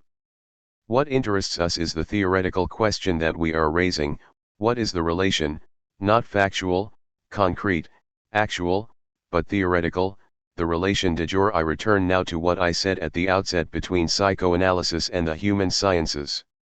To answer that question, we have to define the essence of psychoanalysis.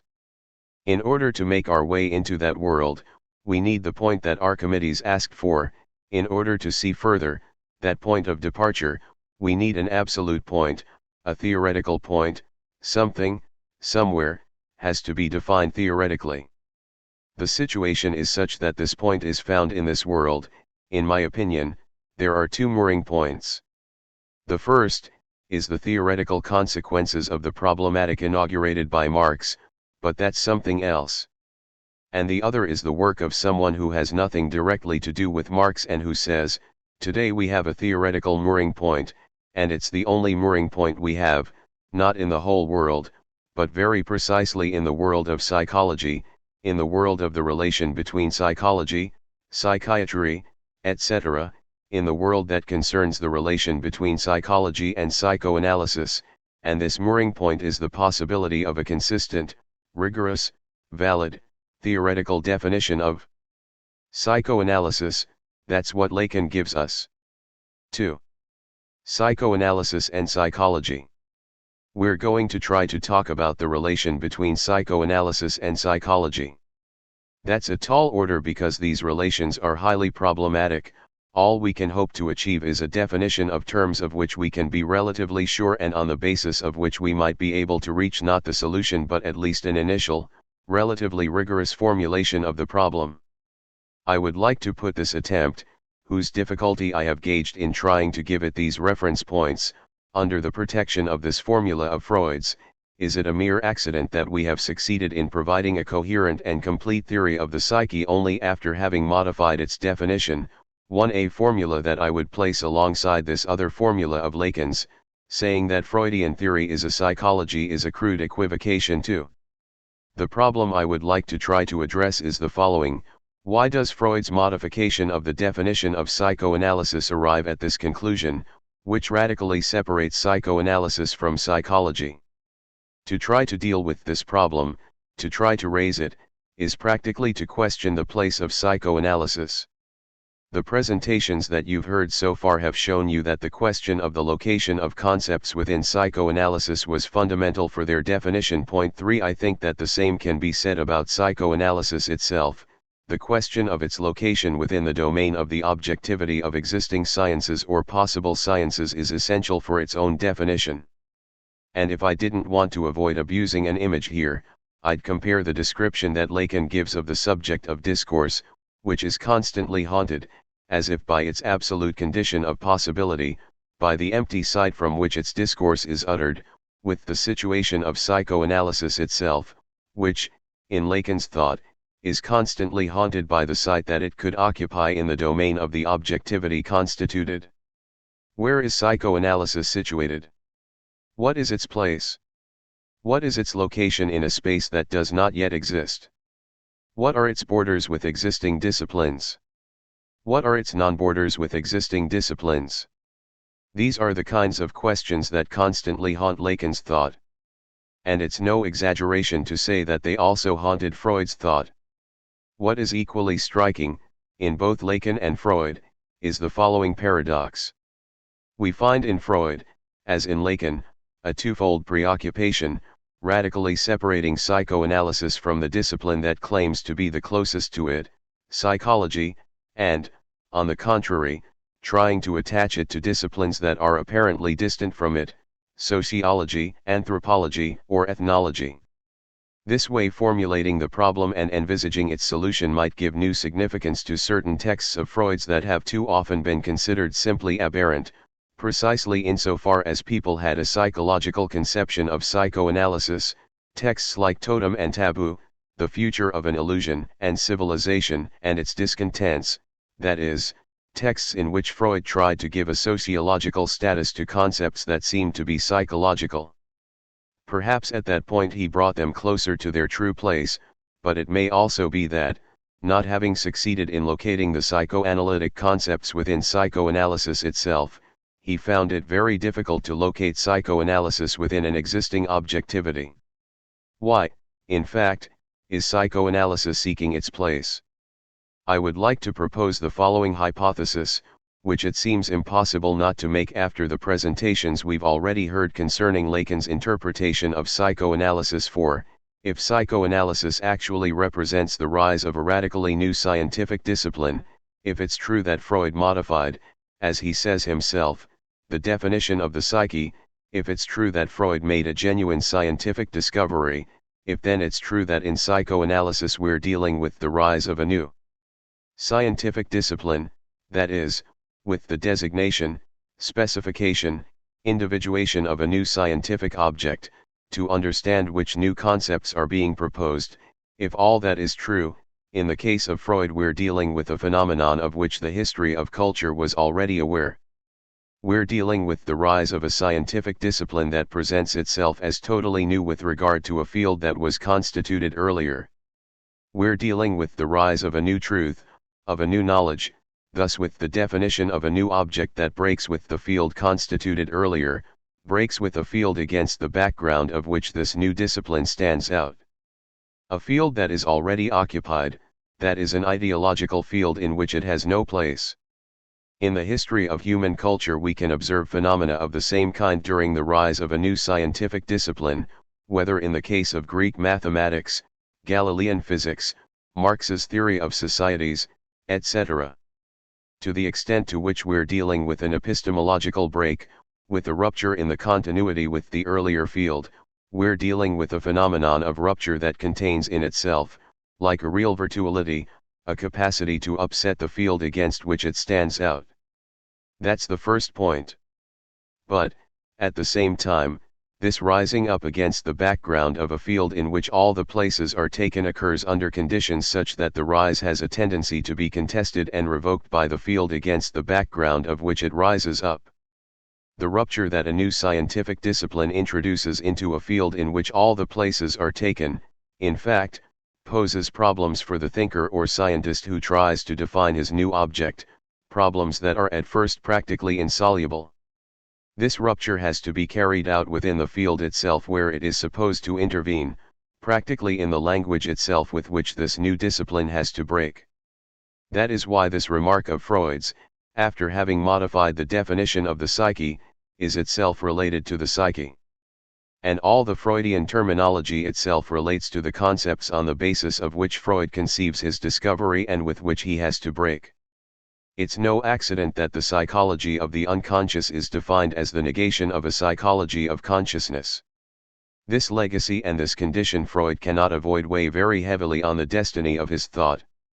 The inevitable result of the rise of a new discipline against the background of an ideological field is that this ideological field tends to cancel the discipline, tends to deny the rupture, that is, to digest the new discipline that rises up as its own contradiction and its own challenge.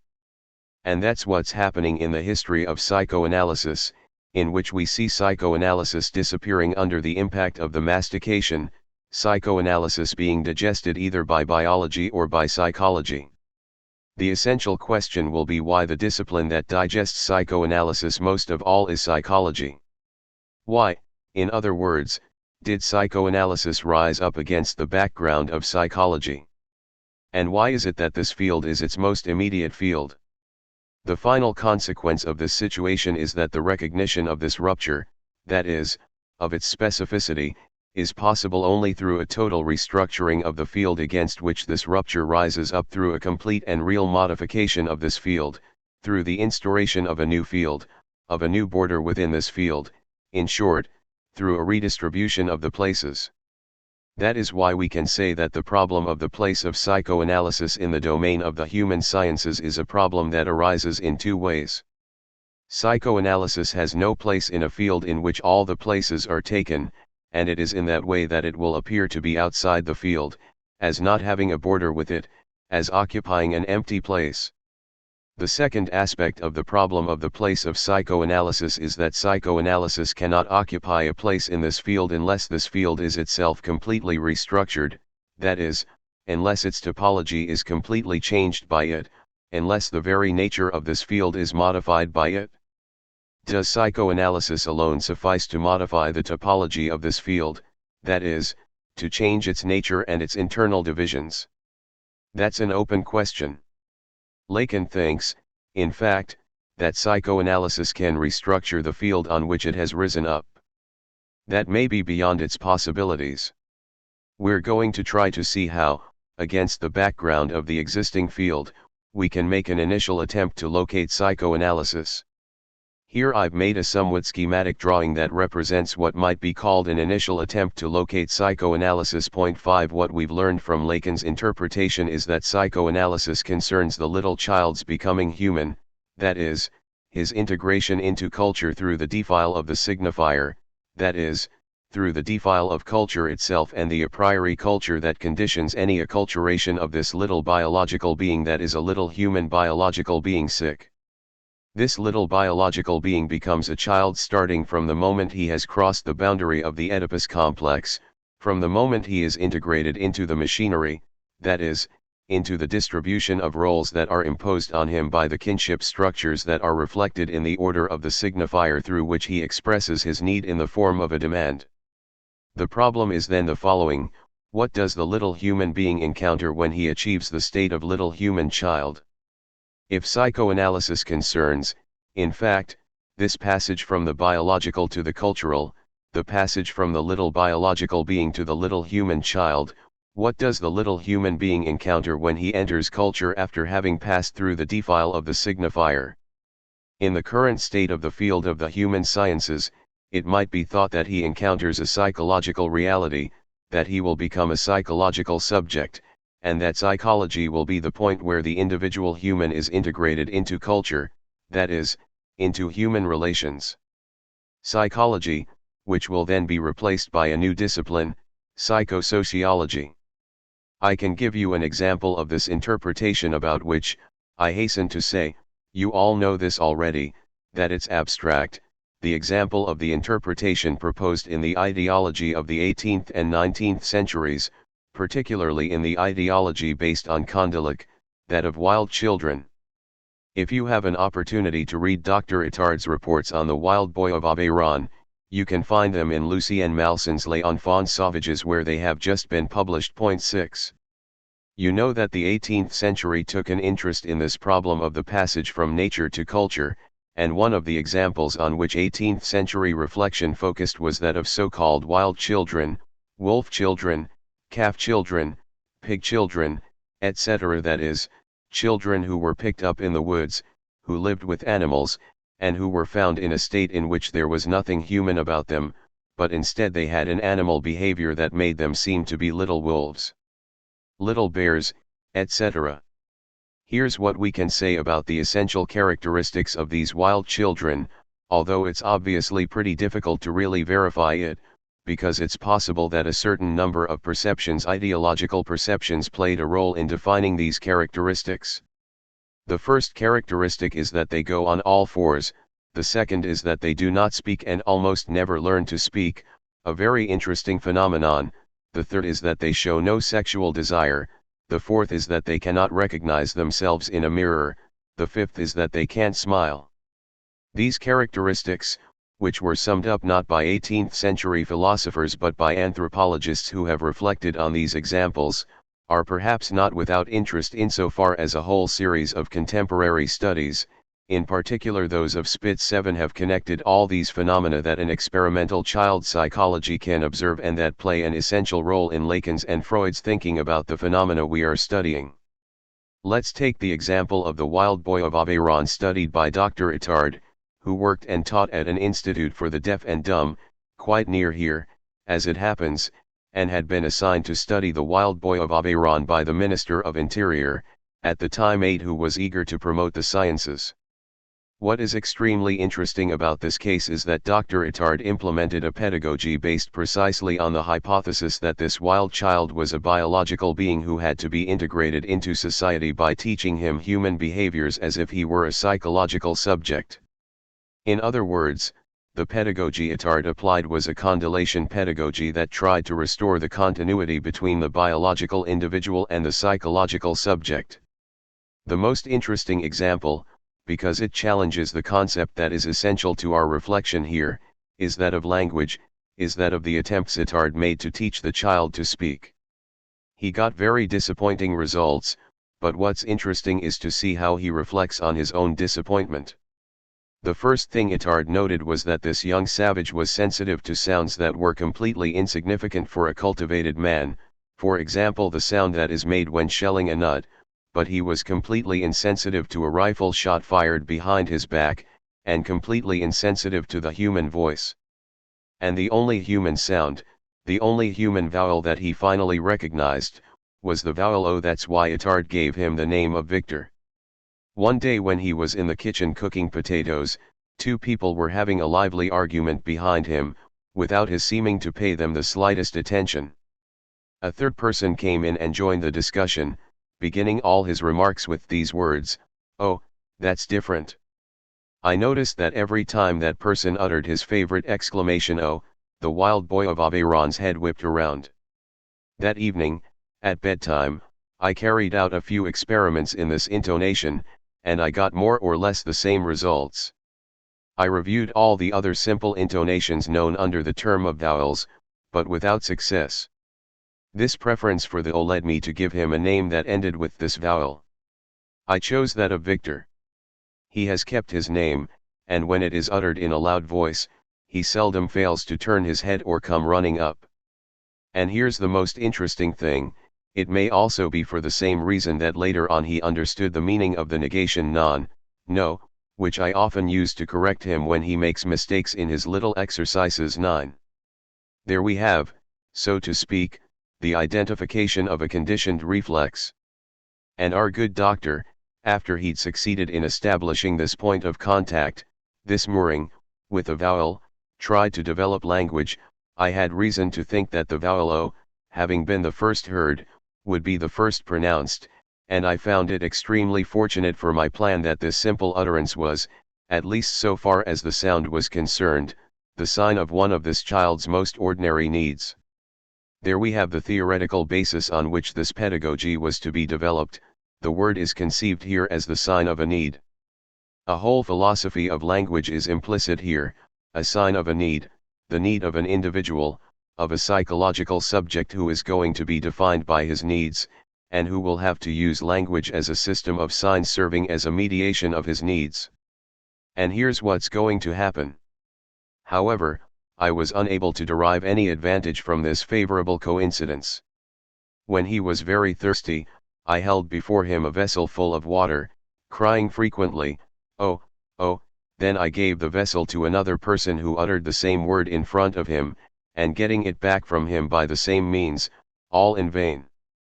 The poor fellow twisted all about, waved his arms around the vessel in an almost convulsive manner, produced a kind of whistling sound, but articulated not a single sound. It would have been inhumane to persist any longer.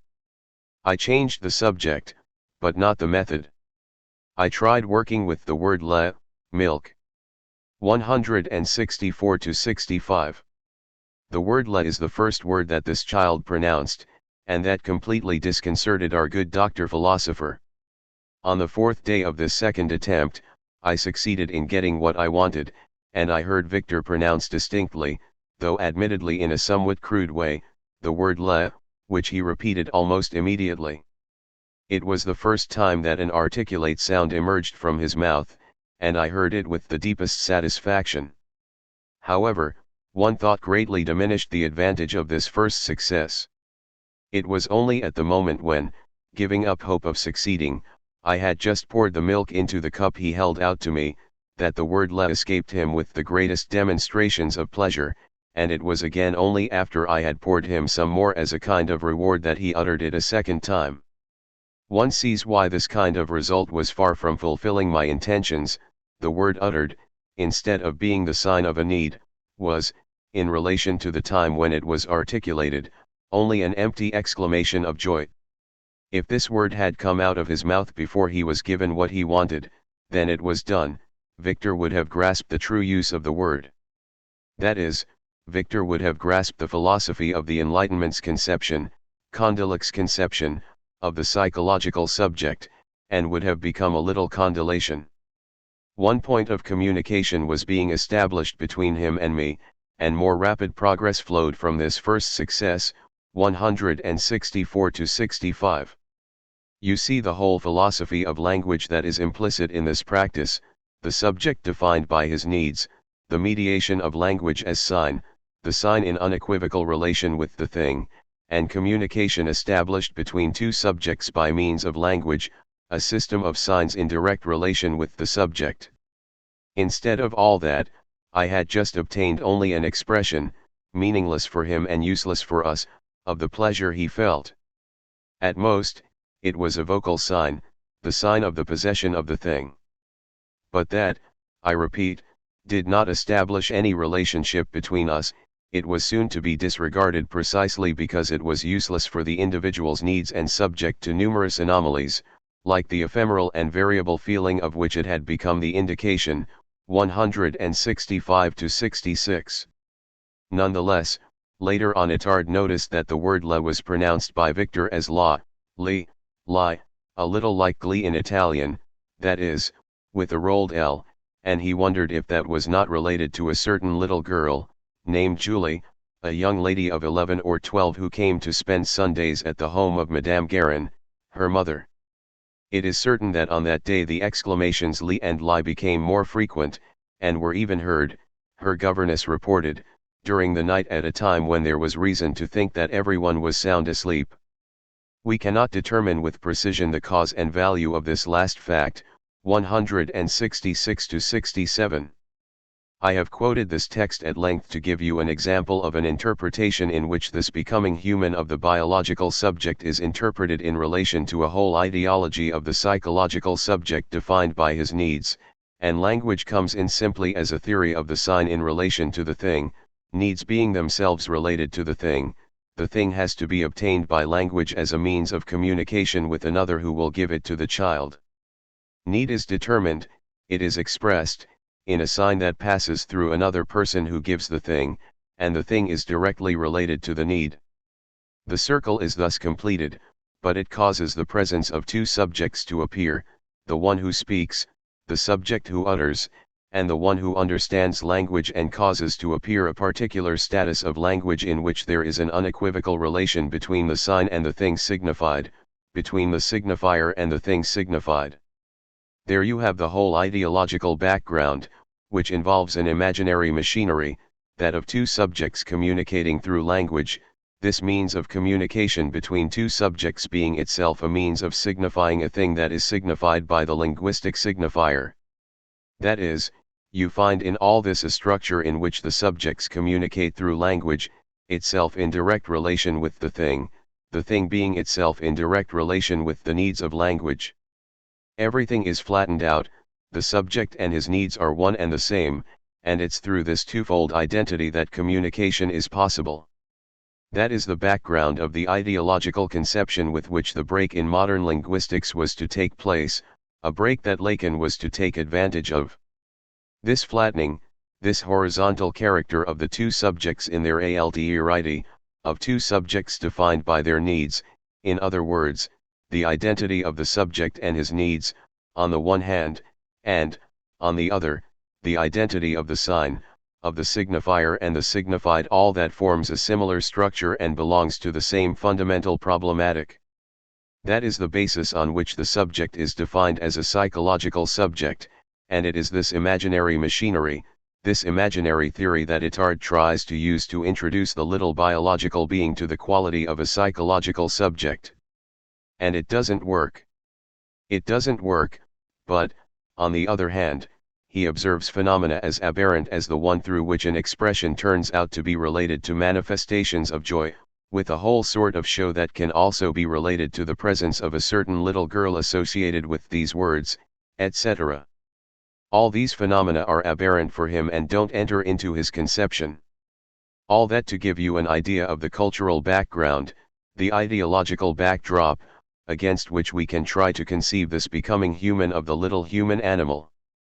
Thanks to what Lacan has explained to us, we know that, so far as we're concerned, that's not how it works.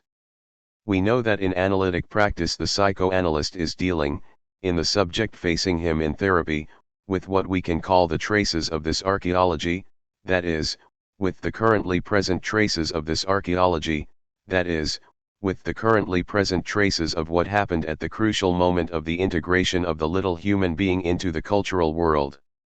And what's crucial, this is what Lacan insists on, and it's his great discovery, is that this becoming human that is going to be represented for you by this vector 10 passage from the biological to the cultural, is in reality the effect of the action of the cultural on the biological.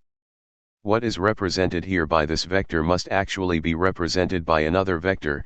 It is the cultural that acts on the biological, as the condition of the possibility of integrating the little human animal.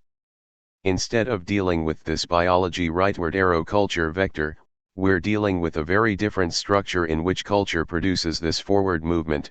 We're dealing with an inversion of the determination. It's through the action of culture on the little biological human being that his integration into culture takes place.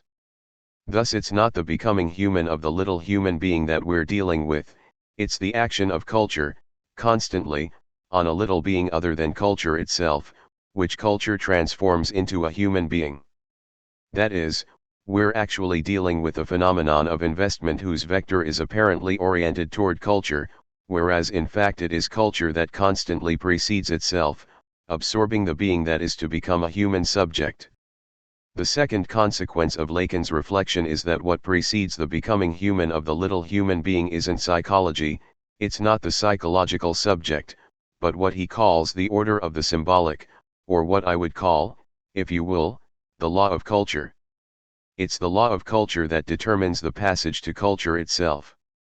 I believe that we have to understand it in its full dimension. And first of all by opposing it to what this fundamental discovery opposed itself, a problematic of the relation between nature and culture that is reflected in an ideology of which I gave you an example regarding Itard, and that is reflected in the form of the psychological development of the little biological being. This is the famous problem of 18th century philosophy, that of the transition from the state of nature to the state of society. This problem is raised in a paradoxical way that Rousseau pertinently criticized. All the terms are present, for example, in Rousseau's critique of Hobbes. In the philosophy of the transition from nature to society, the ideology of the 18th century represents this transition as one between two states, from one distinct state to another distinct state. And if you've kept this critique in mind, the sense of Rousseau's criticism of Hobbes is to bring out the ideological circle involved in this conception. What is the sense of Rousseau's criticism of Hobbes? Rousseau says to Hobbes, and more generally to all the natural law philosophers, that they pretended to imagine a being that is only nature, whereas in reality they projected onto the state of nature the structures of the state of society. They pretended to represent as non-cultural a being that in fact they've endowed with all the cultural properties necessary to conceive the state of society from which they've abstracted him. That's the sense of Rousseau's introduction to his discourse on the origin of inequality among men. And Rousseau's criticism is extremely profound insofar as he brings out a truth that we can still endorse today, namely that what the philosophers of nature conceived in the passage from nature to society is simply the conditions of the possibility of the existence of society, conceived in the form of non-society. The subject who is conceived as man in the state of nature is represented as endowed with all the attributes, potential or developed, that actually belong to a subject of the world of society, that is, to a cultural subject. And that is doubtless why an important revolution in the thought of Rousseau in the second discourse consists precisely in not conceiving the problem of the transition from nature to society in terms of the individual, but in terms of the species, not asking, as Condillac had, what a given individual becomes, how a given individual might develop, but instead conceiving the development of society as a social phenomenon. That is, he conceives the permanent antecedents of culture or of society with respect to its own cultural development, conceives the fact that society always precedes itself. Now it is such fundamental truth, which Rousseau later abandons precisely in the attempt to represent, in the form of a natural man, the political and social ideal to which he is attached, that we find in Lacan's reflection. Culture always precedes itself, and it is this precedence, this perpetual antecedence of culture with respect to itself, that is represented by this circle. And, to tell the truth, we have to note that if we take things a little seriously, in psychoanalysis we are never dealing with the direct observation of this antecedence of culture with respect to itself at the moment when the infant becomes a human child, when the little biological being becomes a human child. In reality, we are always dealing with an ulterior phenomenon, with a phenomenon that is situated within culture, because in the case of analytic therapy it is a question of a practice addressed to a human being who has been a human child. When we talk about the becoming human of the little human biological being, we are dealing with a first recurrence. It is this first recurrence that raises so many problems for classical psychoanalytic theory, which is psychological in inspiration, in particular the problem of whether the recollection at work in therapy is a phenomenon of reality, whether it corresponds to realities.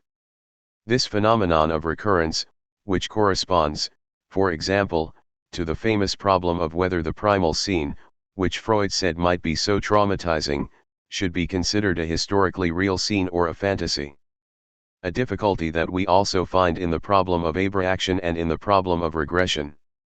In other words, the problem of recollection in associations, in rules, in interpretations, the problem of abreaction, and the problem of regression, three essential concepts on which Lacan reflects, are problems connected with the fundamental fact that the recollection at work in analytic practice is not taken seriously in psychological theory.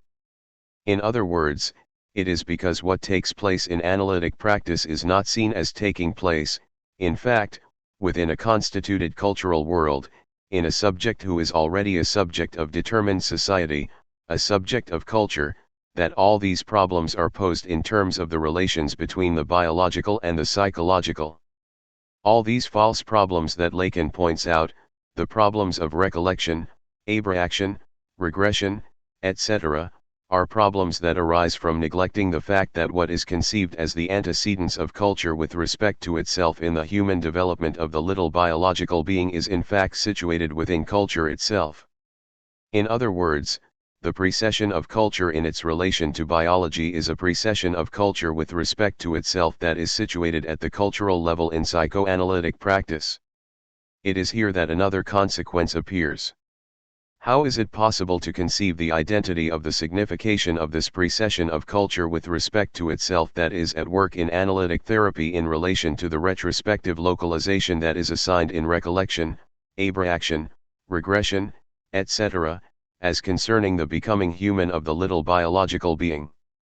The problem raised here is absolutely insoluble in a psychological theory of the unconscious, and it's a problem that Lacan confronts and resolves, it seems to me, by making it clear that it is precisely through the insistence of relationships constituted in the whole cultural development of the cultural being from the time when he is a little child through the conditions of possibility of this insistence in language, that is, in the order of the symbolic, whose meaning we will have to explain later on, that the possibility of this recurrence is founded. In other words, this recurrence is possible because temporality, which it is impossible to conceive with a psychological subject, is subjected to conditions of possibility that are not the social frameworks of memory, in the sense in which Halbwachs understood them 11 but are identical with the structure of the symbolic that is subject to the model of language. This is because the cultural development of the little human being who has become an adult, subject to therapy, is subject to this condition of possibility as a condition of the possibility of his own temporality, because it is possible to found this recurrence, and to speak of the human development of the little biological being at the time of the therapy, that is, at a time when this little biological being is a human being and is no longer anything but a human being. It's on that basis that we can grasp the relations between psychoanalysis and psychology, on the basis of this paradoxical situation and on the basis of its misunderstandings. I would like to give you a few clues. You already know the gist that manifest in a concrete way the paradoxical situation of psychoanalysis in the field in which it arises. I was saying that the emergence of a new scientific discipline, which is destined by its very novelty to express itself in an existing terminology, that is, to stand out against this background, produces an ambiguous situation, particularly the temptation to relapse into this background. In any case, it produces, on the part of the ideological field against which it stands out, the temptation to absorb it. That is the second point of this presentation, in which I would like to talk about psychology, giving you two examples of psychology's attempts to digest psychoanalysis and trying to reflect very schematically on what the psychology that tries to absorb psychoanalysis is. The first example of psychology's attempt to digest psychoanalysis is the one made by Anna Freud. In an issue of the Revue Française de Psychanalyse devoted to honoring Freud, there is an article by Anna Freud entitled La contribution de la psychanalyse à la psychologie génétique 12. If you're patient enough to look at it, it's not very long, it's very schematic, it's very caricatured, it's very representative. It can be summed up this way: Anna Freud's whole effort consists in conceiving psychoanalysis as the interiority of the biological or psychological in order to relate it to the social. Point 13. All the pre-existing categories are retained, are naively retained, It's just that the psychological subject becomes a subject that has a biological interiority, that of the ID, of the instincts, of drives, of tendencies, etc., that is going to be related to society. Whence arises a whole series of conflicts. Psychology becomes the ego, which is the central category of Anna Freud's whole theory. She declares, for example, that in the history of psychoanalysis, genetic investigation has evolved from the study of libidinal development to that of inhibiting forces. It has established the description of the two main, simultaneous, and parallel lines that the human personality follows in its growth. 14. The human personality appears to be double, and it is the interest of psychoanalysis to have doubled the former psychological subject with a new internal reality, the genetic data drawn from. This twofold observation in the course of analysis permit us to enlarge our knowledge of the origin and development of the two aspects of an individual's personality. Regarding instinctual tendencies, this work has in its time allowed us to reconstruct the pregenital phases of libidinal development, and later on the phases of the concomitant development of aggressive tendencies. Regarding the ego and the superego, it has allowed us gradually to understand their origin and to show these aspects of the personality. And here's the key sentence: it is on the basis of a simple, central point, the consciousness of sensations of pleasure and displeasure, that the complex organization of the ego responsible for important functions, such as perceptions, memory, reality testing, the synthesis of experience, the mastery of motor functions, and the major task of serving as an intermediary between the external world and the internal world develops, and so far as the superego is concerned, it represents and imposes the moral requirements of the social environment within the individual personality. 15. In this personality, in this psychological subject of Anna Freud. 16. We are dealing with what she calls a double personality, with two fundamental elements of the personality, the ID, which is biological, the drives, the instincts, etc., and the ego, which is in a conflictual relationship with the ID, that is, it tries to defend itself against its aggression, against its excesses of aggressivity, etc., and which exists, at the same time, in relation to reality. The ego then occupies an extremely difficult position, because it is obliged to synthesize the ID's aggressions with reality's requirements. Reality is twofold: it is both the perceived reality, in other words, the objective world, that is, the norms, that is, ethics. These norms and ethics are to be represented in the form of the superego, which always challenges, in the same way, the relation between a subject and an external reality, this external reality being that of the objective world, of the world that can be perceived, and at the same time the reality of ethical norms, etc. The conflict between the subject and external reality develops within this subject, which includes three agencies. That is to say, psychoanalysis has simply introduced two new dimensions into the interior of the subject, dimensions that are only the reflection, the establishment, the repercussion, so to speak, on the basis of the subject still conceived as the ego, the central subject of its relationships with reality.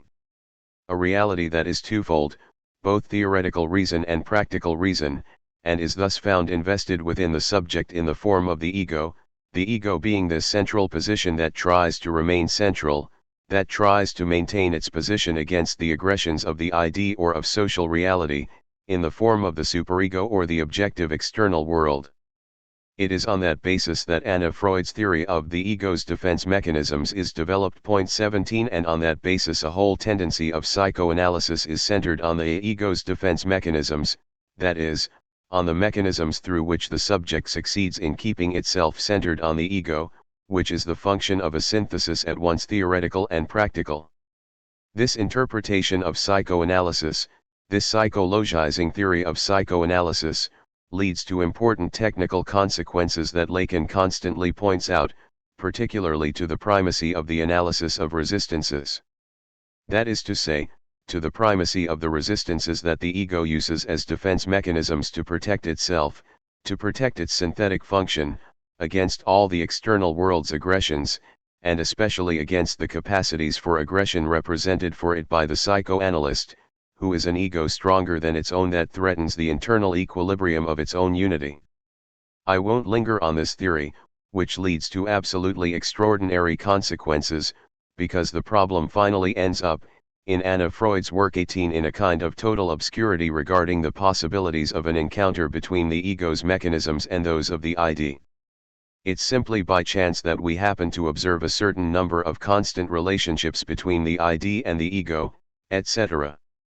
It amounts to a veritable dissolution of all of Freudian theory. As a second example of the digestion of psychoanalysis by psychology, we can cite the example of Lagache. Lagache tries to give an explanation of Lacan's Rome Discourse 19, and he gives an explanation of Lacan's relationship in terms of existential philosophy, appealing specifically to Sartre and dissolving the reality of psychoanalytic theory in a fashionable psychological philosophy that, in truth, reconstitutes in a modern form the old psychological temptation to which Anna Freud yielded. Point 20. We can say that Anna Freud represents, so to speak, the old classical psychology, that of the ego as a moral subject based on a duality between the interiority of the subject and the exteriority of the objective world, that the latter is the perceived objective world of social norms, the ethical norms dominant in society, society's moral demands. And we can say, on the contrary, that Lagache's attempt gives the psychological subject a new status in which this exteriority is reabsorbed into a philosophy of existence, into a philosophy of consciousness, into a philosophy of intentionality.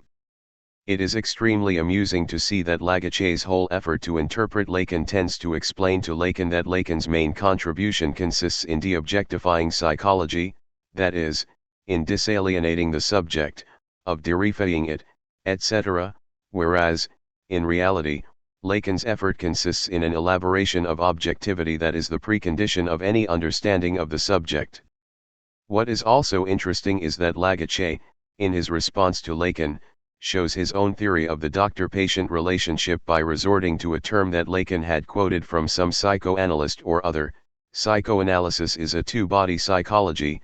21. It's a psychology that questions two subjects, one opposite the other. And it resolves the problem in a psychology of intersubjectivity, in a psychology that causes another kind of subject to appear, not the psychological subject with its biological background, as in Anna Freud, but the subject as a subject of meaning, the subject in which the structures revealed by Lacan are dissolved into simple structures of meaning, meaning for a consciousness, that is, into a veritable psychology of intentionality.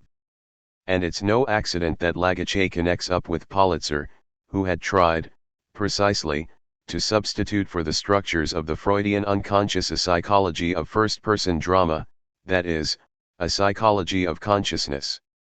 What is the essential criticism Lacan addresses to psychology's attempts to digest psychoanalysis?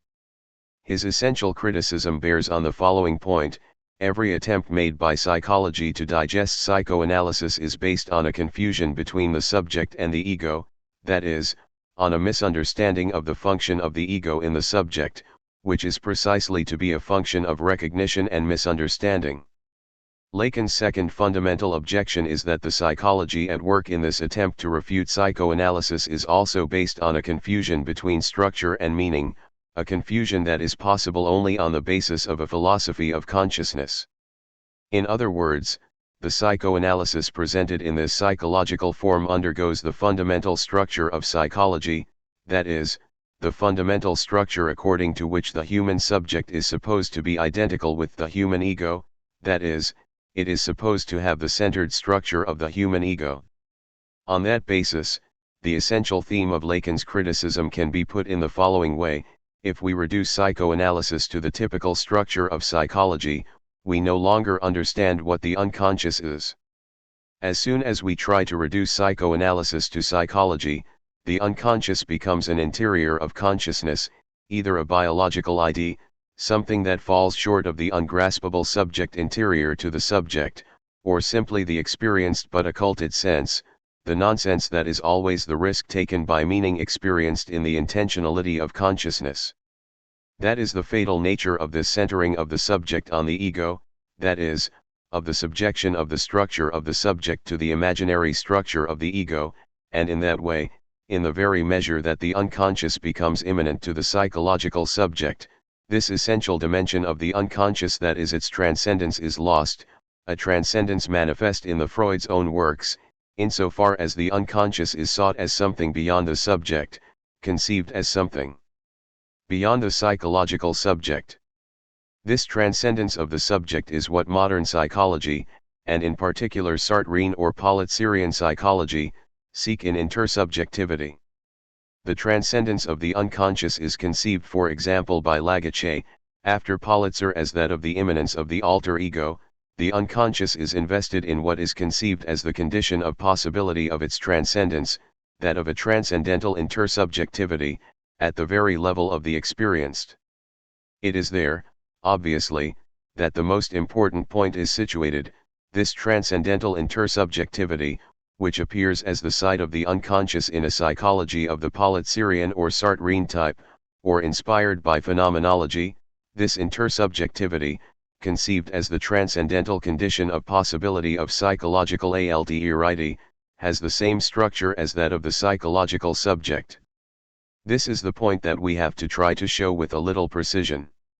In both cases, whether it is a matter of an interiorization of the unconscious, in the form of the biological or in the form of meaning, or of a recognition and its transcendence in the form of a transcendental intersubjectivity, we seem to be dealing with the same structure through which the real structure of the subject is subjected to the imaginary structure of the ego, that is, to the same centered structure. Why does psychology present itself in this form? That's the point I want to examine now by asking, what is psychology? Where does psychology come from? What is its past? What are its arrears? What are the scars that it still bears today? Here it's not a question of producing a historical study, I simply want to try to give 2 or 3 clues preparatory to a possible study. The very idea of a psychology presupposes a certain number of fundamental structures that make it possible. These fundamental structures are those that identify 3 realities of differing status, the individual, the subject, and the ego. Psychology is possible only through the identification of these 3 terms, that is, through the theoretical presupposition that the subject is an individual possessing the structure of an ego. This constitution supposes and imposes this identity as real. But it suffices to inquire into the status of the 3 terms thus presented to see that they're not at the same level, in other words, that they don't have the same content, and that this identity lumps together 3 signifiers that don't have the same signification, that can't be identified. The individual is a concept that can have a meaning in the domain of biology, that can have a meaning in the division of labor, in the division of social functions. The subject is a concept that also has a meaning in the social division of labor, and particularly as a subject to which a certain number of behaviors are imputed, whether they are moral behaviors or political behaviors. It is no accident that the subject designates the one that is subjected, whereas in the classical function of psychology the subject designates the one who is active. It is this reversal, for example, that creates the whole paradox of a psychology whose origin is manifestly political. The subject is the one who is subjected to an order, who is subjected to a master, and who is at the same time conceived in psychology as being the origin of its own actions. This means that it is a subject of imputation, that is, that it is the one that has to justify its own acts, its own behavior, to a third party. And if we consider the ego, which is the third term in this identification, we see that, itself, it appears connected with quite different structures, with a quite different problematic. It is especially connected with a properly philosophical problematic that develops beginning in the 17th century, with a problematic that makes the subject appear as an ego, that is, as a subject of truth, as a subject of objectivity. We can conclude from this, in a first approximation, that the 3 terms whose radical identification is the presupposition of any psychology are in truth 3 heterogeneous terms. The biological individual, whose place can be assigned as such either in the biological field or in the field of the division of labor, that is, in the field of the division of roles in society, is one thing. The subject is a subject of imputation, that is, he is the one who has to obey orders and must justify his obedience and his acts, whether these orders are moral, political, religious, etc. And the ego corresponds to a third function, which is a veritative function, a function of synthesis, a function of objectivity. So it is the synthesis, if you wish, of these three conditions, of these three objects, that is the condition of possibility of any psychology. If we try to see what there is behind this condition of possibility, proposed to psychology as if it could be taken for granted, if we try to see on what condition a psychology could be constituted, we'll find ourselves confronted by rather curious and rather interesting phenomena. I'd like to show that a psychology is made possible as the byproduct of a political ideology, a moral ideology, or a philosophical ideology, and that this byproduct can have a twofold character, either that of a normative pathology of the ideology that produced it or that of a mirror foundation, fondement en miroir, of the ideology that produced it. As an example of the first case, I shall take Plato. Obviously, the concept of psychology is a recent concept, since it appeared only in the 18th century, and the French word did not appear until Charles Bonnet used in around 1750.22. We know that this term is owed to Wolf 23, but it was introduced in France by Charles Bonnet. Thus it is paradoxical to speak of psychology with regard to Plato, since in fact psychology was never thematized as a discipline during the classical period of the Greek philosopher. All the same, I would like to point out that, as early as the age of Greek philosophy, structures were established that were later to be adopted and that appear as conditions of the possibility of a psychology. So far as Plato is concerned, I would like to take the well-known example of the Republic, that of the tripartite division of classes, referring to the tripartite division within the subject. Plato, inquiring into man, tells us we can read in capital letters what the nature of man is by reading it in society. It's easier to read a text in capital letters than in small letters. To understand man, he refers us to the structure of society, and when he studies the structure of society he refers us to man, that is, he refers us to a human subject in which the structure of society is to be founded. Now, this subject is itself conceived as constituted by a tripartite structure, the epithumia, the thumos, and the nous. If we analyze Plato's procedure, we see that this human subject, conceived as constituted by a tripartite structure, is in fact the byproduct of the political problems that Plato is trying to resolve. It is simultaneously the reflection of these political problems in the individual and the expression of this political problem presented as its solution and its foundation. It is a foundational pathology, it's because, in fact, there are three agencies in man, the epithumia, the thumos, and the nous, that a true order can be established in society, or, on the contrary, a confused disorder can reign instead. It is the confusion of these three agencies in the individual that can lead to the confusion of classes in society. We see here that the tripartite structure in the human subject is expected to resolve the problem of the division of classes in society. But this transfer of the difficulty, presented in the form of a solution, leads to paralogisms that it is amusing to follow in the detail of the Republic, particularly in the fact that everyone being presented as constituted by a tripartite structure, we see that, in accord with the classes, each person is actually reduced to one of the functions of this tripartite structure. The artisan is only epithumia. If, by chance, the artisan were something other than epithumia, disorder would ensue. The guardian is only thumos, and if, by chance, he was nous or epithumia, disorder would ensue, and the king, the philosopher king, is only nous. There is a contradiction between the structure of the human being and the function this structure is supposed to perform in society. Plato's solution is to simply substitute for the tripartite structure a hierarchy among the functions in the human subject, that is, to immediately invest a possible psychology with a moral. It is the ordering of the three agencies in the human subject that appears as the condition of possibility of the ordering of the classes in society.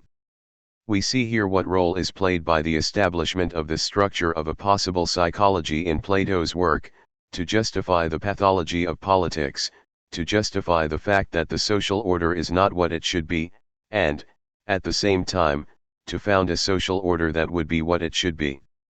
But this social order cannot be founded as such in an individual except on the condition of denying the objective meaning of the structures established that could found a psychology and of transforming it immediately into morals.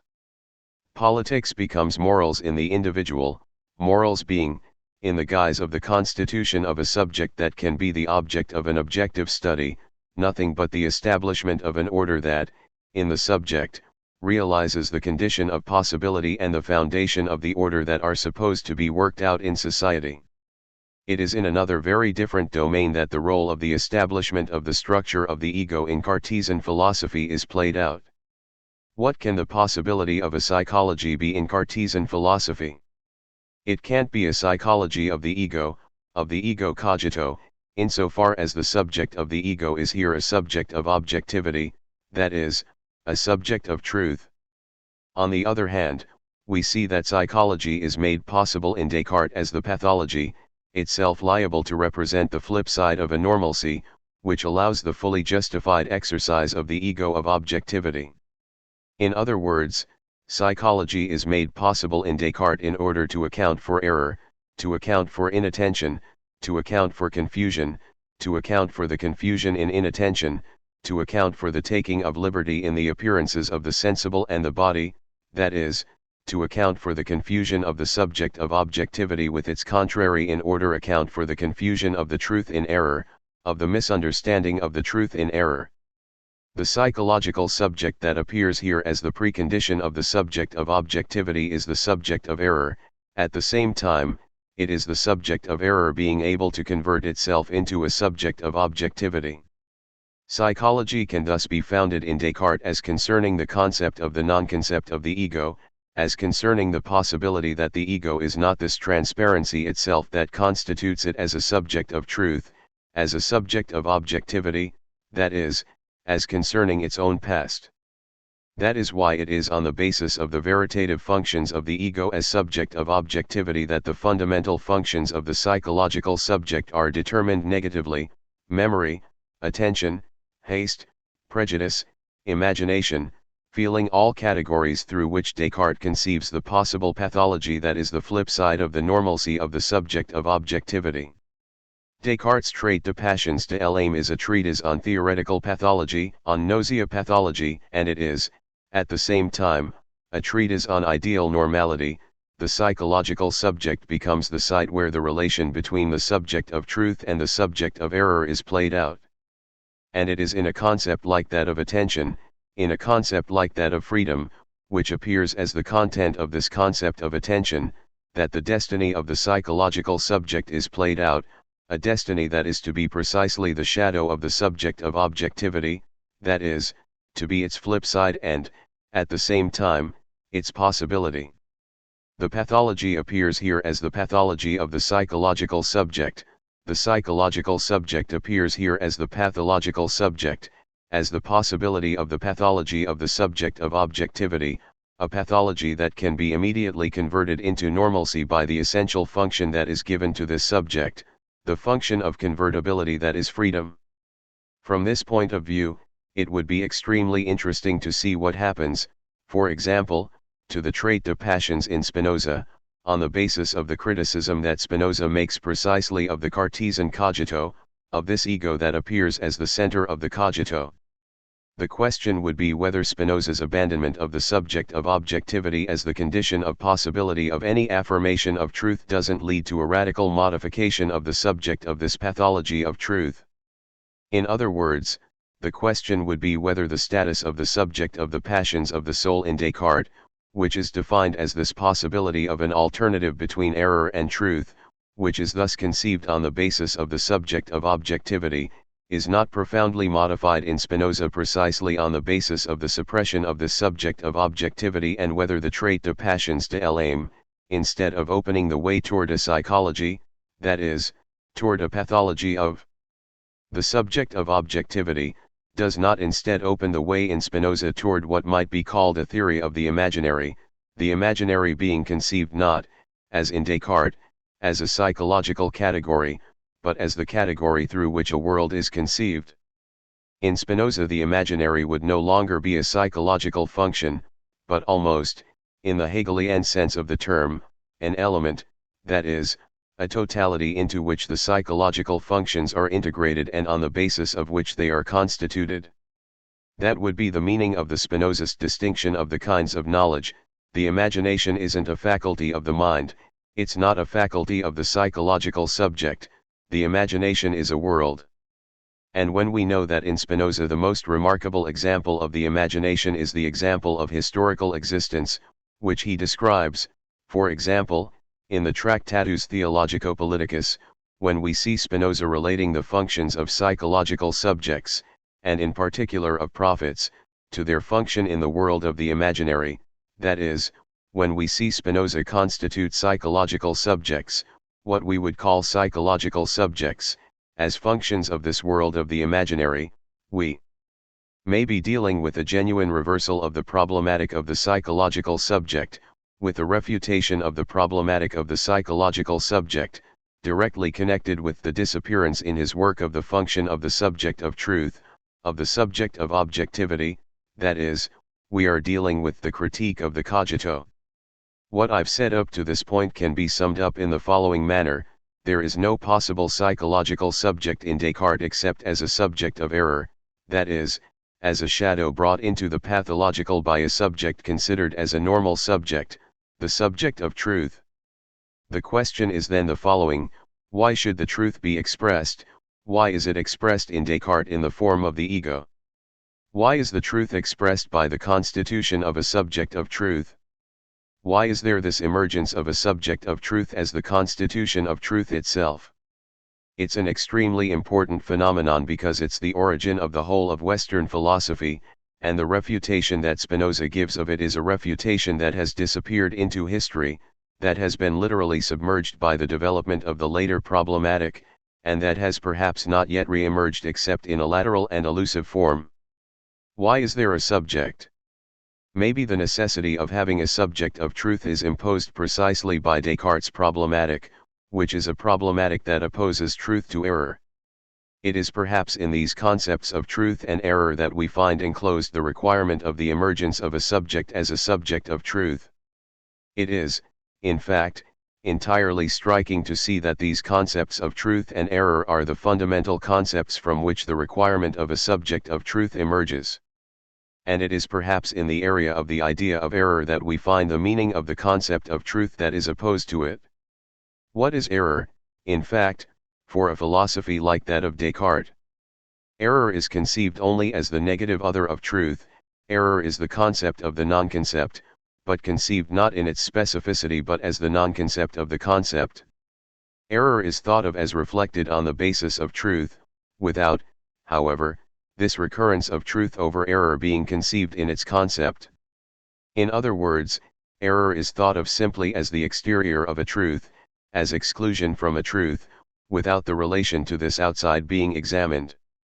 The relation of error to truth is conceived as a dividing up, that is, as the result of a judgment, as a dividing up that establishes an exclusion, that establishes a condemnation, a dividing up pronounced by the concept of truth itself. But this relationship of exclusion is not examined in the dividing up established between error and truth. In other words, if we can consider that the relation of a truth to the error that it denounces as its own negative reflection manifests not a dividing up but a size Zion, it is in the misunderstanding of this size Zion, conceived in the form of a dividing up, that the origin of the emergence of the subject of truth would have its origin.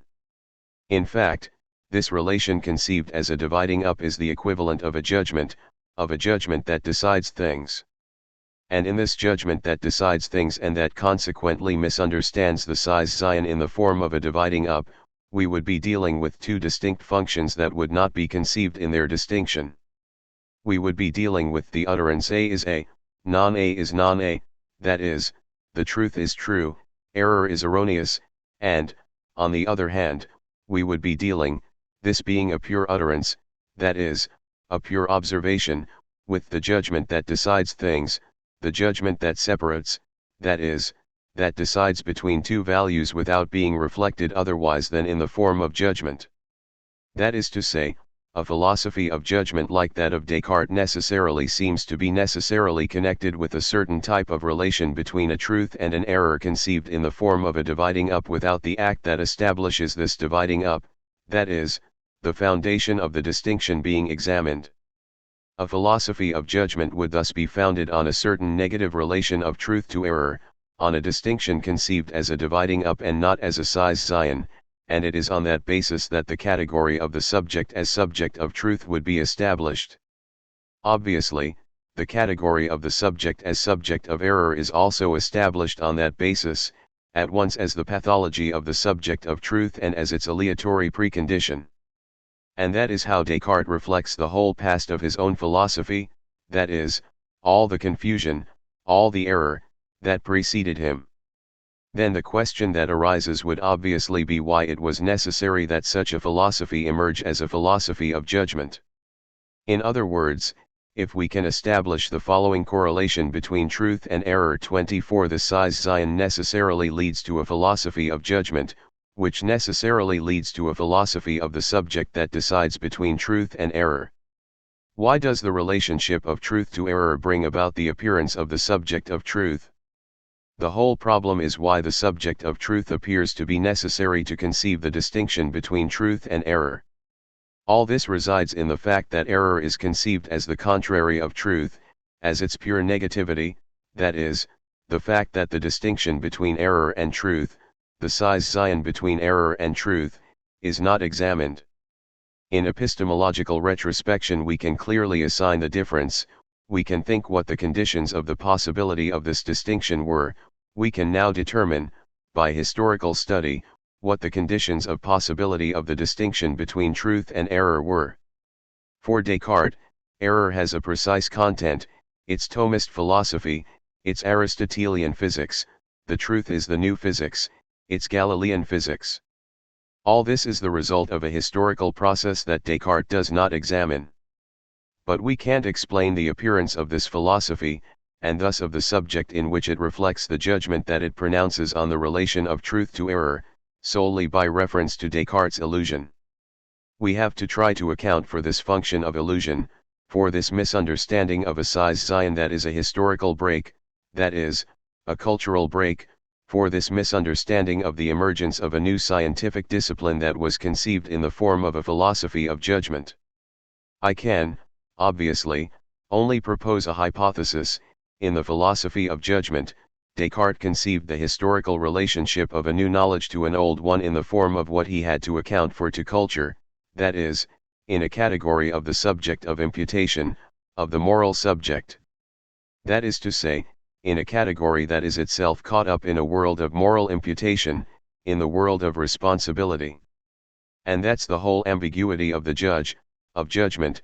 The judge is the one who pronounces a condemnation, who pronounces an exclusion, but in terms such that he can account for them, he's the one who takes the responsibility for deciding on the judgment through which he attributes to one what is his and to the other what is his. In this case we are dealing with the contamination of the ethical categories by the moral and religious categories of the subject of imputation, of the theoretical reflection on the advent of a new scientific discipline. This could obviously be the object of a historical study. How is it that Descartes felt the need to make a subject of objectivity bear the responsibility for the conception of the advent of a historical event? That probably proceeds from his situation in a world whose objective social structure he did not attempt to conceive, which he did not try to criticize, which he did not try to subject to a critique of the judgment of moral imputation. And it would perhaps not be an accident if Spinoza escapes this category of the subject of imputation projected on the subject of objectivity, precisely insofar as he critiques this moral world in his Tractatus Theologico-Politicus, precisely insofar as he critiques the identification of the subjects, critiques the constitution of the subject, psychological subject, ethical subject, and philosophical subject, as being imposed by the structure of the imaginary, that is, by a social structure. That necessarily produces the subject in order to be able to subsist.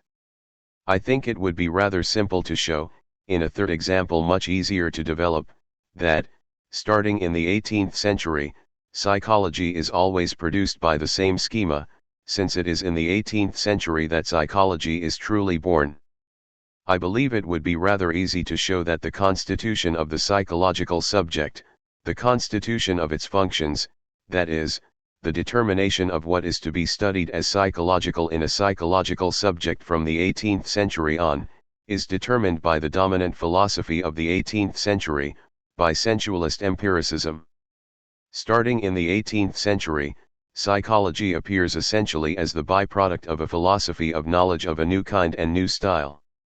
From that moment on, psychology is not simply the pathological subject of a subject of truth, it becomes the equivalent of philosophy, precisely insofar as sensualist empiricist philosophy identifies the two subjects, identifies the subject of truth and the subject of error in its theory of the empiricist subject.